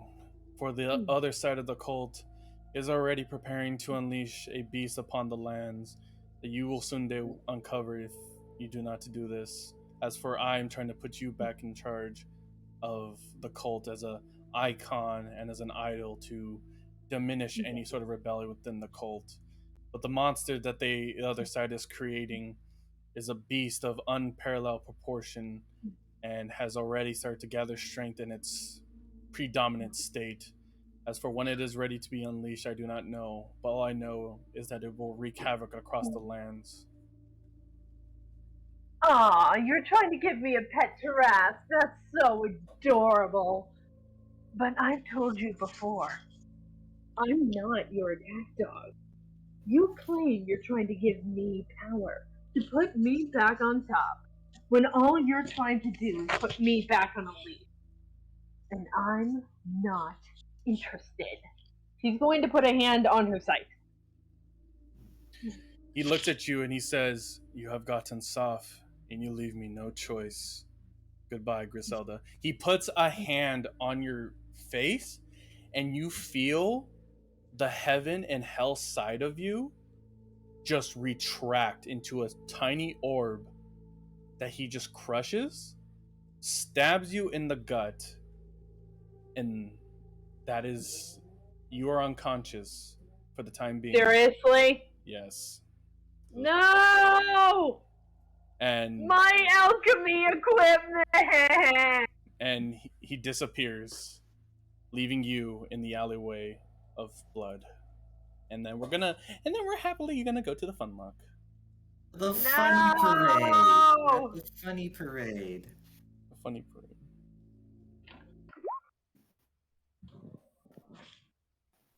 Holy. No, go see Grizzy. All I wanted to do was kill some undead. God damn it! I got a plan. I got a plan that could maybe work. I have a plan, Arthur. I just need $2.2 trillion worth of taxpayer money, No. Arthur. I got a plan, John. It's a good one. I got a plan, John. It's a good one. We need more money, Dutch. Damn it. Come on, Dutch. Okay, so we're gonna go to the fun lock. So, actually, let me put some more like cheerful music. There's some lame-ish. Okay, here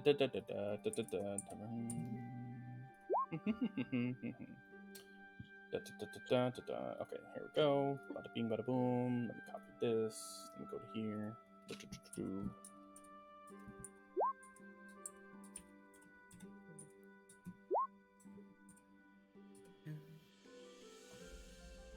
All right, let me skip it. All right, here we go. Let me put some happy music. Hooray! So as you guys approach the fun lock, you are greeted by a very happy-looking satyr. They approach your group of individuals coming up to them, and you guys can all see. They hop and skip towards you, almost in a joyful manner, and they are wearing a. Let me read the description. They have horns over them that are adorned with so many vines and branches they look like antlers at first glance. They have short, white, messy hair. Their outfit colors include lots of green, red, purple, and gold, covered in gold jewelry, consistently making jingly noises as they move and approach you, with star designs on the cape. They approach you and go, "Welcome to my menagerie of fun. I am Hemlock Hollow. Welcome to the Fun Lock, where I always say, I never let someone leave without a grin above their chin." We have a bunch of games and carnival prizes and stuff like that. You're free to have fun and look around at the different vendors and stuff like that. And if you have any questions, do not mind coming to me, for I am just here to make sure you guys have a good time. Good to know. By this point, Masana, you and Tara will be here setting up right there. Hilden and Owlball, you guys will be in cahoots with one another. I'll go back to you there. Woodham and Izel, what do you guys do? There's games and vendors. Well, I assume we already did those, or at least a bit while we were just sort of waiting. So obviously, I'm not just gonna go, "Wait a minute, where's that witch?" I'm just gonna say, "No, one more game." Then she'll get suspicious. Okay. You play the game. Roll a D8 for me, Or roll a d20, a straight d20 to see if you win, and then I'll tell you if you roll a d8. Oh boy, just a normal d20. Yep. Here we go. 15. Ooh. All right, so you did pass, and funnily enough, if you guys look at stream real quick, I'm using the official Carnival Guide notebook, and I have Carnival prizes that will be shown that I'm going to read off here. I'm showing it live. This is an actual document that I'll be using.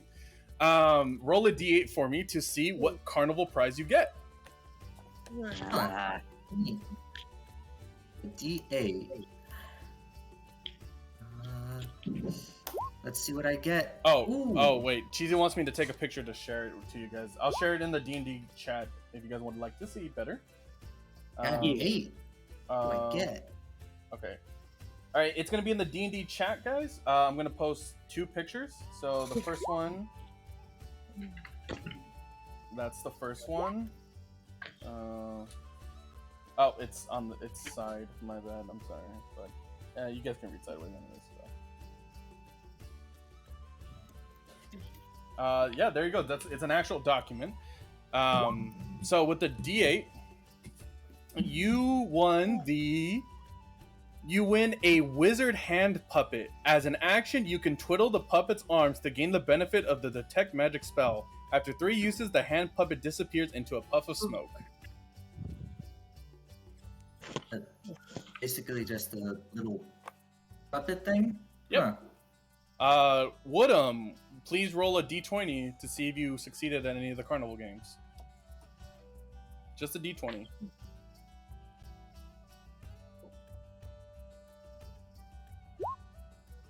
$14, you won. Roll a d8 for me, please.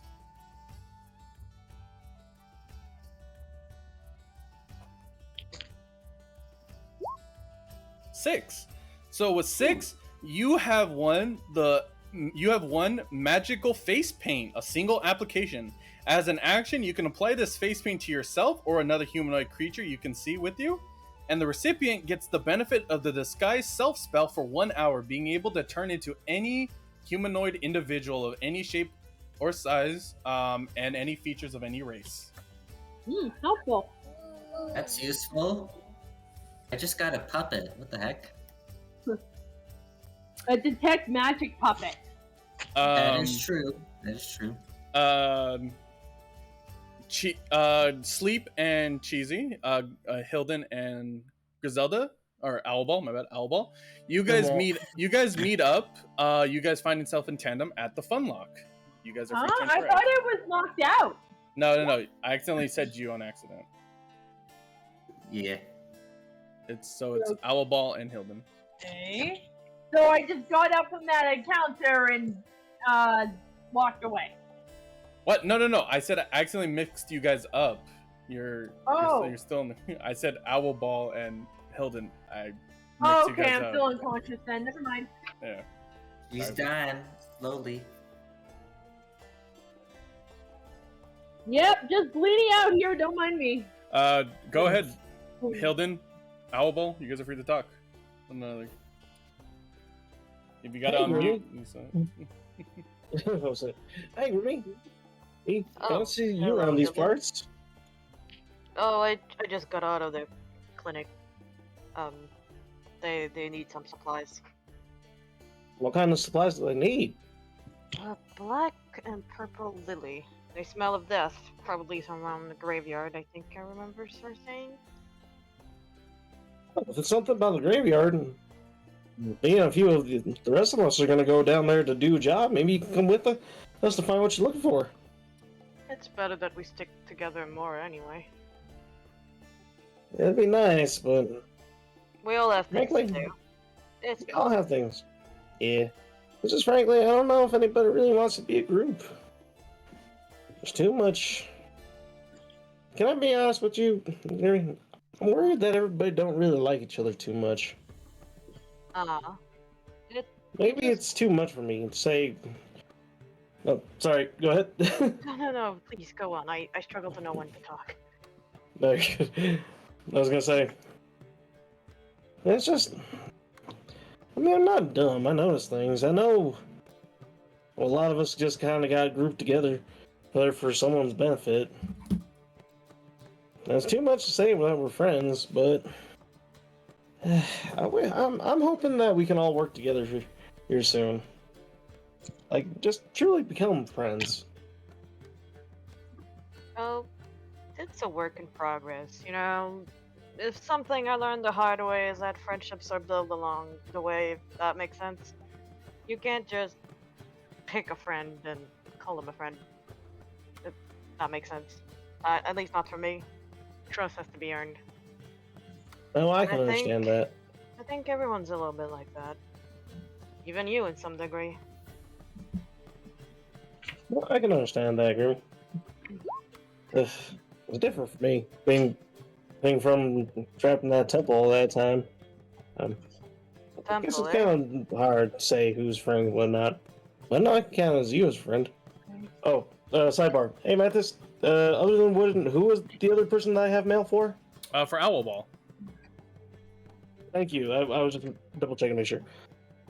You know, speaking of something, Grimmy, I got some mail for you. I just came from Oh. Letters and Go. Oh, and they said they had something. Well, I didn't know that we get mail here, huh? Hilden Oh hands yeah, certain towns Owlball the do mail. that. Not all of them, but certain do. Can be quite useful. So I guess I read the letter? So you read the letter, and written in Goblin, it says. Let me turn down the music a little bit so I can get into my little We're not acting just voice on real quick. In the letter, it says, "To my esteemed daughter, if you happen to get this letter, I simply write from you from my new home in the land of Kai, the land of Kai. It is me, your mother, specifically your mother's name, real quick, so I can just say it out loud. Give me one moment. Your mother, Osarius Owlball. You might be a little bit confused as to why you're getting a letter, and after everything that happened many years ago, but to tell you frankly, I simply escaped captivity and have been working on the mainland to bring light to the injustices of the world, as well as to send you a letter of I wish to see you once more once you come to the mainland. And number and 2 and 3, your brother is on a warpath thinking that I am dead and I cannot find him. But I have due reason that he is tracking you down as a bit of penance for thinking you abandoned the family. And I fear for your safety, for your brother has gotten quite big and strong. And number 3, this one dooms me to say, but Dare the Swiftscale is in the city of Foothold for where you are resting at.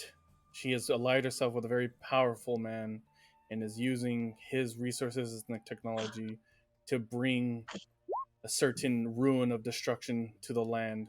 And I fear for your safety, my daughter. Please, if you are not strong enough to face this threat, please leave the city as fast as you can and approach the mainland so we may see each other again. But if that is not something you can do, I pray that you have found solace in friends or somebody else that you can somehow overcome this adversity. I pray for you as a person, and I pray for you as a loving mother. Please do not die. Written, Osiris Owlball. Uh, okay. That's a lot of process. Oh god. Oh god. Hilden, you can see on Owlball's face of just like pure, just like distraught and his worry, and as well as worry. Yeah, at least she's alive. Just okay, in Hilden's voice. Are you okay, Grimmy? That letter was a lot of process. Uh, um, um, yeah, sure. She just told me the Calm down, CDM. Grimmy. Yeah, I was gonna say, calm down and breathe. Watch, follow me. In, out, in, out. Okay, okay. The letters from my mother. You have a Yeah. mom? Yeah. Remember I told my backstory? They killed my father, but my mom was spared. You forgot? To be honest, I kind of forgot everybody's backstory, but I know everybody's doing good. But I happen to know you got your mom. You're cute. For a child. Look, I'm don't worry 24. about Grizzy and I. We're patching things up. We're working on it. Wait, what's Alright. going on with you and Rissy? Really? Alright. I'm ending it here, honey. As you guys are walking to the fun, like more into the fun, like you do see Woodham and Izel playing games. They seem to won some prizes.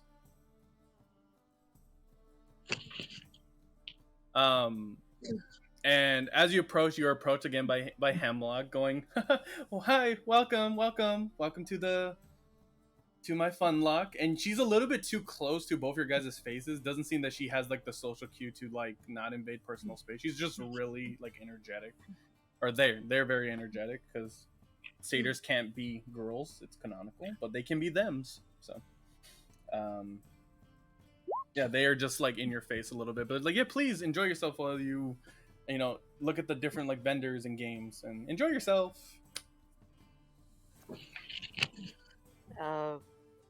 Okay. That was weird.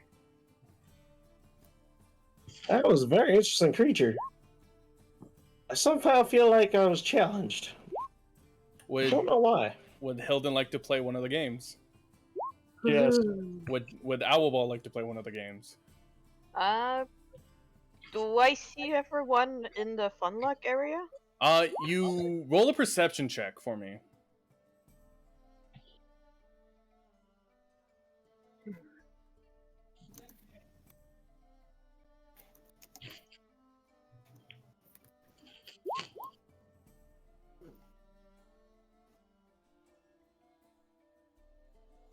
It doesn't go through again? God damn it. Hold on, let me refresh. No worries. Hilden, roll me a d20 to see if you win at one of the games. And then after that and Owlball's interaction, I'm going to do Masana and Terra's competition. Get rolling 1d20. Yep, straight d20. Screw. 18 in Ouch.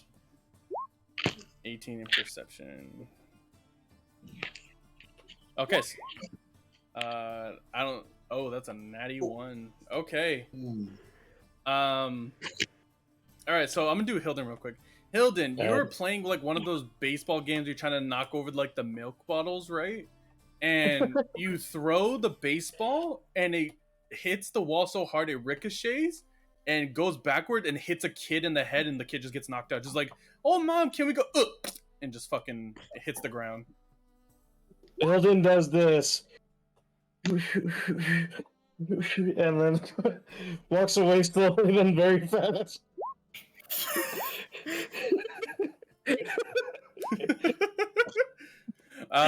With your perception cheesy, you are able to see everybody except Griselda. Huh.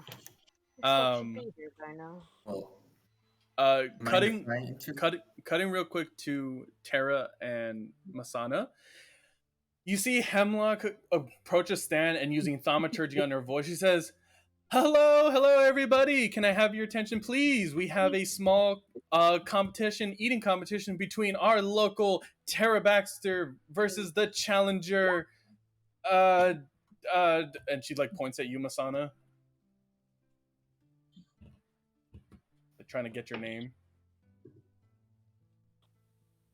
That wasn't me saying "ha." That was an in-world reaction. No worries. Do you say anything that relates to your name or no? Do you just like keep silent? She does not. It's funnier this way. She's just like, I'll go with Kobe Mavencourt. They call you that. Versus Kobe Mavencourt. And whoever eats the most in the shortest amount of time wins the bag of holding that they are challenging each other for. So make 2 Constitution saving throws, Masana, and I will roll them too live. Okay. All right. So the first one, okay, it's gonna be a nat 1 for the first one. Fucking litty. But make sure you add your modifier additionally to it because it's gonna be like a numbers roll off. Okay. And make sure you roll in the DiceBot chat so it's live. Okay. It's a save, right? Yeah, Constitution save. Okay. I bet the meat's not even cooked. Yeah. Probably not. Gonna That's get probably this- why I'm doing the con save. It's red meat. You're gonna get Delicious. Okay. salmonella or some shit. Did you do a second one? Yep. Well, for every mouthful of stuff. So 17. So she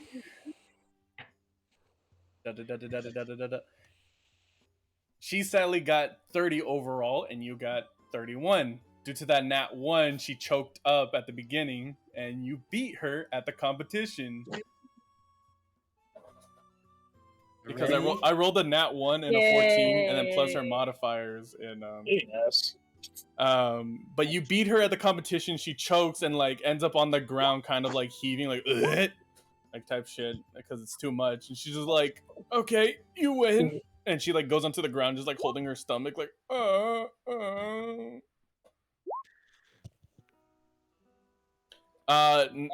Was this for the right to buy the bag of holding or just for the right of the bag of holding? the right to buy the bag of holding. Fuck. You never specified, dog. It was just to get the right to it. That's on you. So don't look at me, bro. Nami, make an attack roll, please, for me. Wait. Are you slashing the air? No, Okay. Plus your proficiency, that's gonna be a 13. Okay, so Nami uses her moon sword as a glow stick, but forgets that it can be activated when you're swinging it around. You fire a moon slice beam at a fucking tower, and you just hear a kaboom happen, and you hear people going, "Oh my god! Ah! Yes, I'm not dealing with it, cause fucking mayhem. Let's go! Let's go! And then like the kid that healed and knocked out with the baseball is just like, oh, where am I? Just get hit by like a small cinder block of like stone from the tower and just goes back unconscious, just like, oh, and just hits the ground again. Skill issue. Skill issue. Fucking kids. I forgot about that. Woodham is just like he puts away his sword and hides it quickly and like, nope, I didn't do that. Surprisingly enough, you guys see Hemlock going just like, well, that's how the cookie crumbles. That was great. So yeah, now let me wait, go ahead. Well, I was about to interlude that I think it would be safe to assume my character would notice that a certain someone is missing. Roll a perception. Boy. Here we go. Is this like to notice she's gone or like Yes, out to and notice see? she's gone. Okay, so you do notice that everybody's there besides Griselda. You can roll investigation to see if you can find any tracks of her. Because investigation. All right. Griselda, I'm gonna try to find you. Thank you. Yay! Well, I Feels also so rolled wrong. the It feels perception check. Was it So useless? wrong. Not good at investigating much, but No, yeah, this. hey, it's better than nothing. Okay, so with that, you ask around, and people say, "Yeah, we saw like a girl get like dragged into an alley at the entrance here. Might be your friend, maybe not." Well, yes, obviously Azella will follow this very suspicious the clue. What cheesy? Something. What cheesy? Oh, What? Hold on, because I had roll a perception check to. Then you did say it passed. yeah, I know. I'm getting to there. Sorry. Okay. I'm sorry. All right. I'm gonna go investigate the alleyway they motion towards to see what I find. Cheesy, with your Hopefully it's not perception my- check, besides noticing that Griselda was gone during the event of the fun lock and the ceremony, you do now notice with your perception check that Izel is starting to track. Notices too as well that Griselda's not here and is actually going to go look for her and seems to have a way.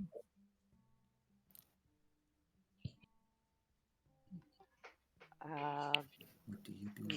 The Miss Fancy Pantless. What? What? Miss Fancy Pantless. No pants. Wait, Wait, what? What? What? The character design didn't have pants on, so they did introduce herself, so they don't know each other's name. Are you calling her Miss No Pants? Yes.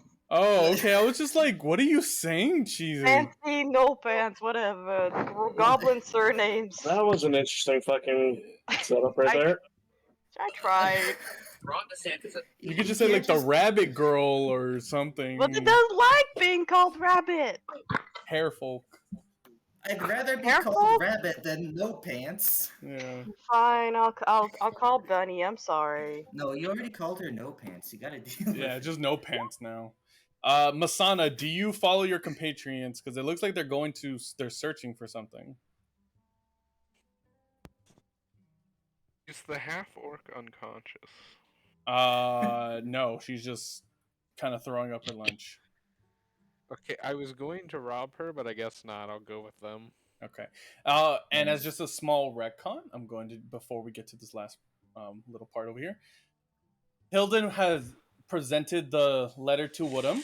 Woodham, as you can see, this letter is addressed to you from the Ministry of Crewmore Monolithiitis, where a lot of nobles and royalty live.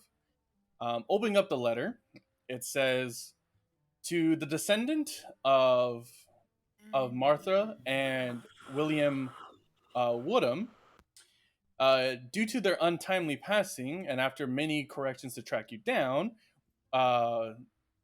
signing below will transfer over the inheritance of said deceased parents and any ownership of property that they have owned in Crewmore Monolithiitis, and will be bestowed onto you with a lock and key at your disposal once signed from the Ministry of Crewmore Monolithiitis.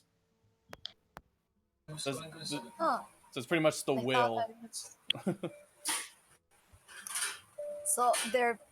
Am I being hunted down or?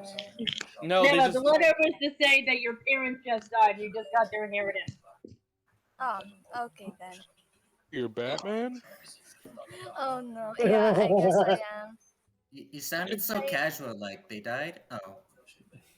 Yeah, I don't know how to act. We but, never liked them anyways. Oh no.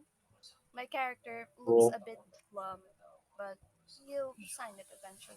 So as you put the letter away and you kind of have that in your back pocket, you're just like, okay. As you guys are heading towards the alleyway, With and me leading the charge. Yes, with you leading the charge. Jesus Christ, okay, jeez, bro. But I'm joking with you. As you guys approach the alleyway, and I'll have the music off for this scene, Griselda, in your head, you hear a very prominent woman's voice, not the Wardens and not anybody's you've ever heard.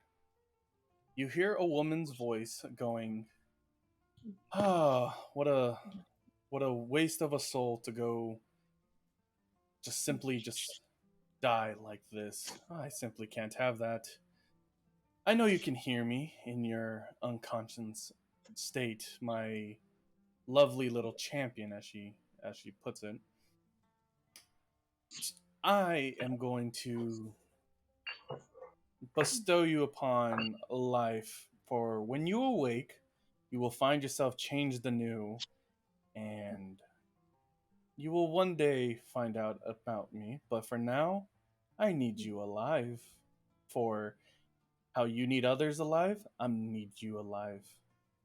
So kind of like a sense like they like the irony of things. As you guys approach the alleyway, you see a downed Griselda that's like bleeding out. You guys can see from like the entrance of the alleyway, there's just like a long strewn of blood. But this is where it gets interesting. Griselda's blood at the forefront of where you guys are standing is bright red, but as it travels up, it starts turning into a darker hue of purple. Griselda, in this scene that's going to happen, as your eyes awake just straight up, you see your little purple wormling dragon kind of like laying on your legs from your inventory, shooting from your dragon scaled armor. Tendrils come out at the wormling, absorbing the wormling for like a little bit. You hear the shufflings of life and soul just being transferred around. And for you guys, you see Griselda kind of get lifted up a little bit, and out of a bit, her armor seems to kind of like fade away, but the skin of Griselda starts to have like bits and pieces of dragon scales, almost forming like a bit of a dress of sorts. And horns of sorts start protruding out of her head. I already have one. It's dragon horns, like it's changing horns. That's why. Okay. Let me. And then finally, with a dragon-sized tail coming down as she takes her first steps and is born anew, and afterwards being spit out of her chest cavity is actually your little wormling. He comes out, fine as normal. Just kind of. And as you look down and you look left and right, as you two as well, you guys see Griselda is now a little bit more scalier than most, but still has mortal-like skin. There's bits and pieces of scales.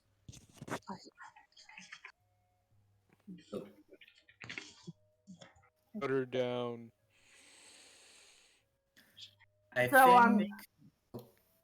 I'm conscious. You're conscious now. Okay. I'm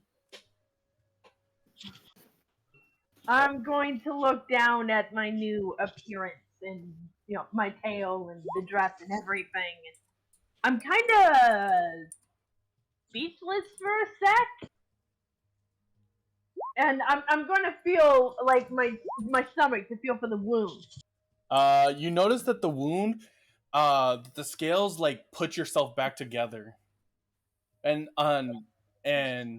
beknownstly to you, you still feel all your magic and everything of all your experience still in your body. Nothing was ripped away, just heaven and hell itself. I'm alive?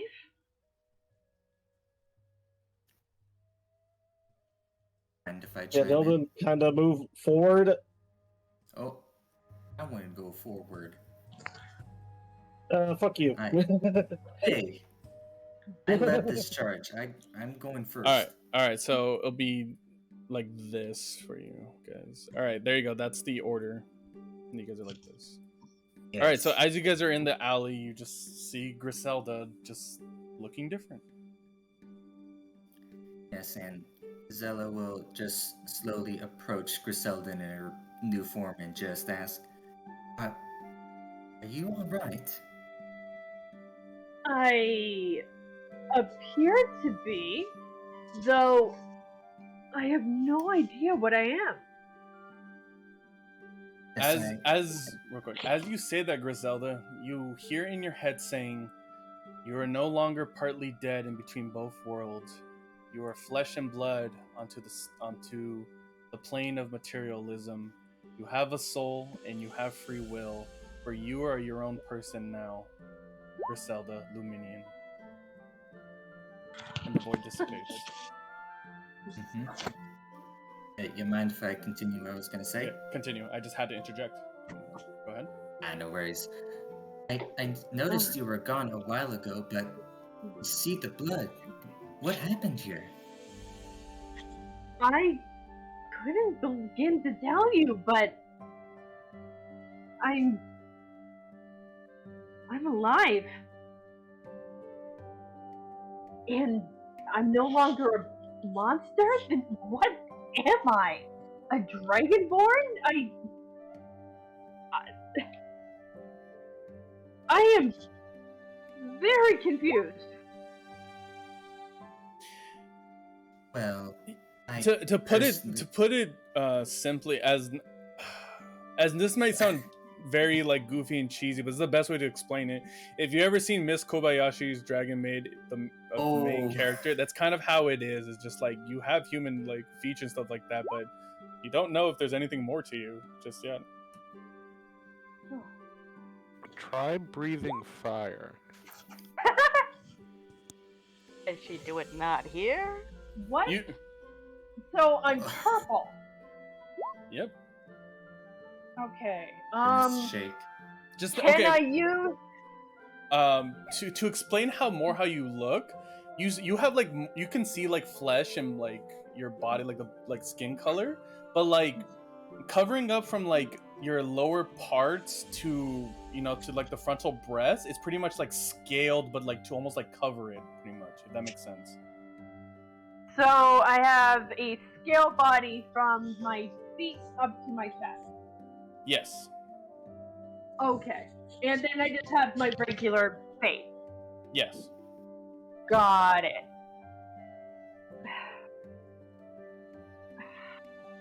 Okay. Okay, you guys want to chime in because I still have some reactions. I was gonna say, I feel like Hilden should react. Hilden, go ahead, react. See, I don't. What the hell happened? You're out. Okay. Are you hurt? I was, but it seems to be gone now.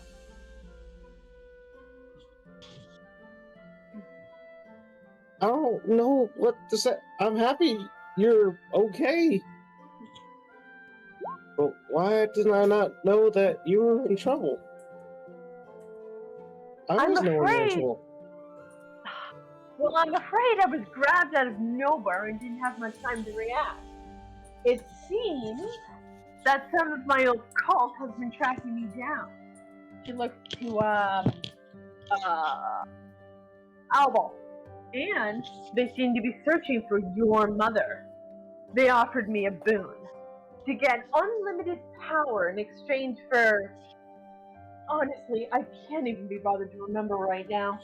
Of course I refused them, and they responded rather predictably aggressively, let's say. And the next thing I know, I wake up and I'm like this.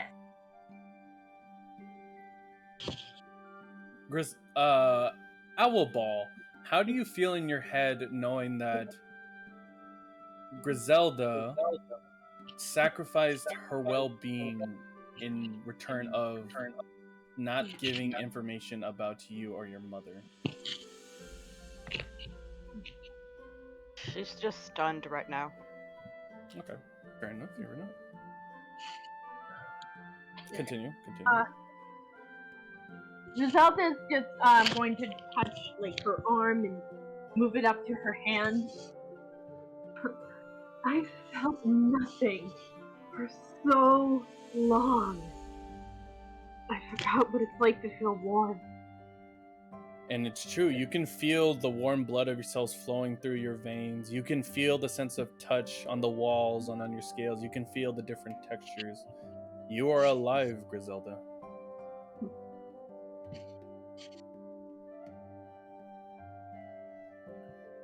Well, I have absolutely no idea what happened, but I am grateful for it. Even if this new form is more vulnerable than others. For the last thing, make a Constitution saving throw, Griselda. And before you do that, I'll roll it before you do that. Does anybody else have anything else to say before I do this? I said what I wanted to say at first. What about you guys? Like jazz. Like jazz. All right, go ahead. Evan's kind of in shock too. Go ahead, Griselda. Roll your Constitution saving throw. Alright. Uh-oh. Constitution. There we go. Let's hope she don't. Fail. Oh, great. Good. That's a Uh-oh. fail. Good. Oh, So it's like this. So two things are gonna happen. Number one, in your head, you're gonna hear Raphael's voice go, "We gave you a chance, and no longer.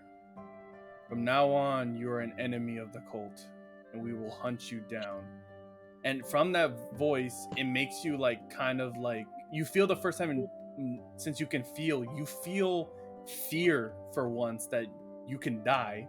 But from that, that's what happened. From that fear, as you feel it, you burp and you spew out a purple flame. And that's where we'll end today. I'm a dragon! Purple flame. Let's go. So, I can breathe Oh my God. fire! congratulations. That is session 8, The Calm After the Storm. That wasn't very calm, but woo! That's fun. Woohoo! Let's go. I love how we're also brushing past the property damage of the moonbeam, but who cares? Yeah, it didn't Who happen. cares? Yeah, Fake news. Fake news. It's just some. It It's was always just, like that. That kid was always dead. There's You no get Okay, no. so just to confirm, am I a dragonborn or am I half dragon? you are half dragon. Nice! Dragging these nuts. A couple of things before we end off for today's session. First things first, I'll go down the list. I hope you guys like the improvements I've been trying to do to show like visuals for you guys. They're fantastic. I'm loving this. Everything's so I know. detailed. No doodles. The doodles were good. Do I need to add this into my character sheet? Yeah, we'll do that like in the later weeks, okay? Don't worry. Okay.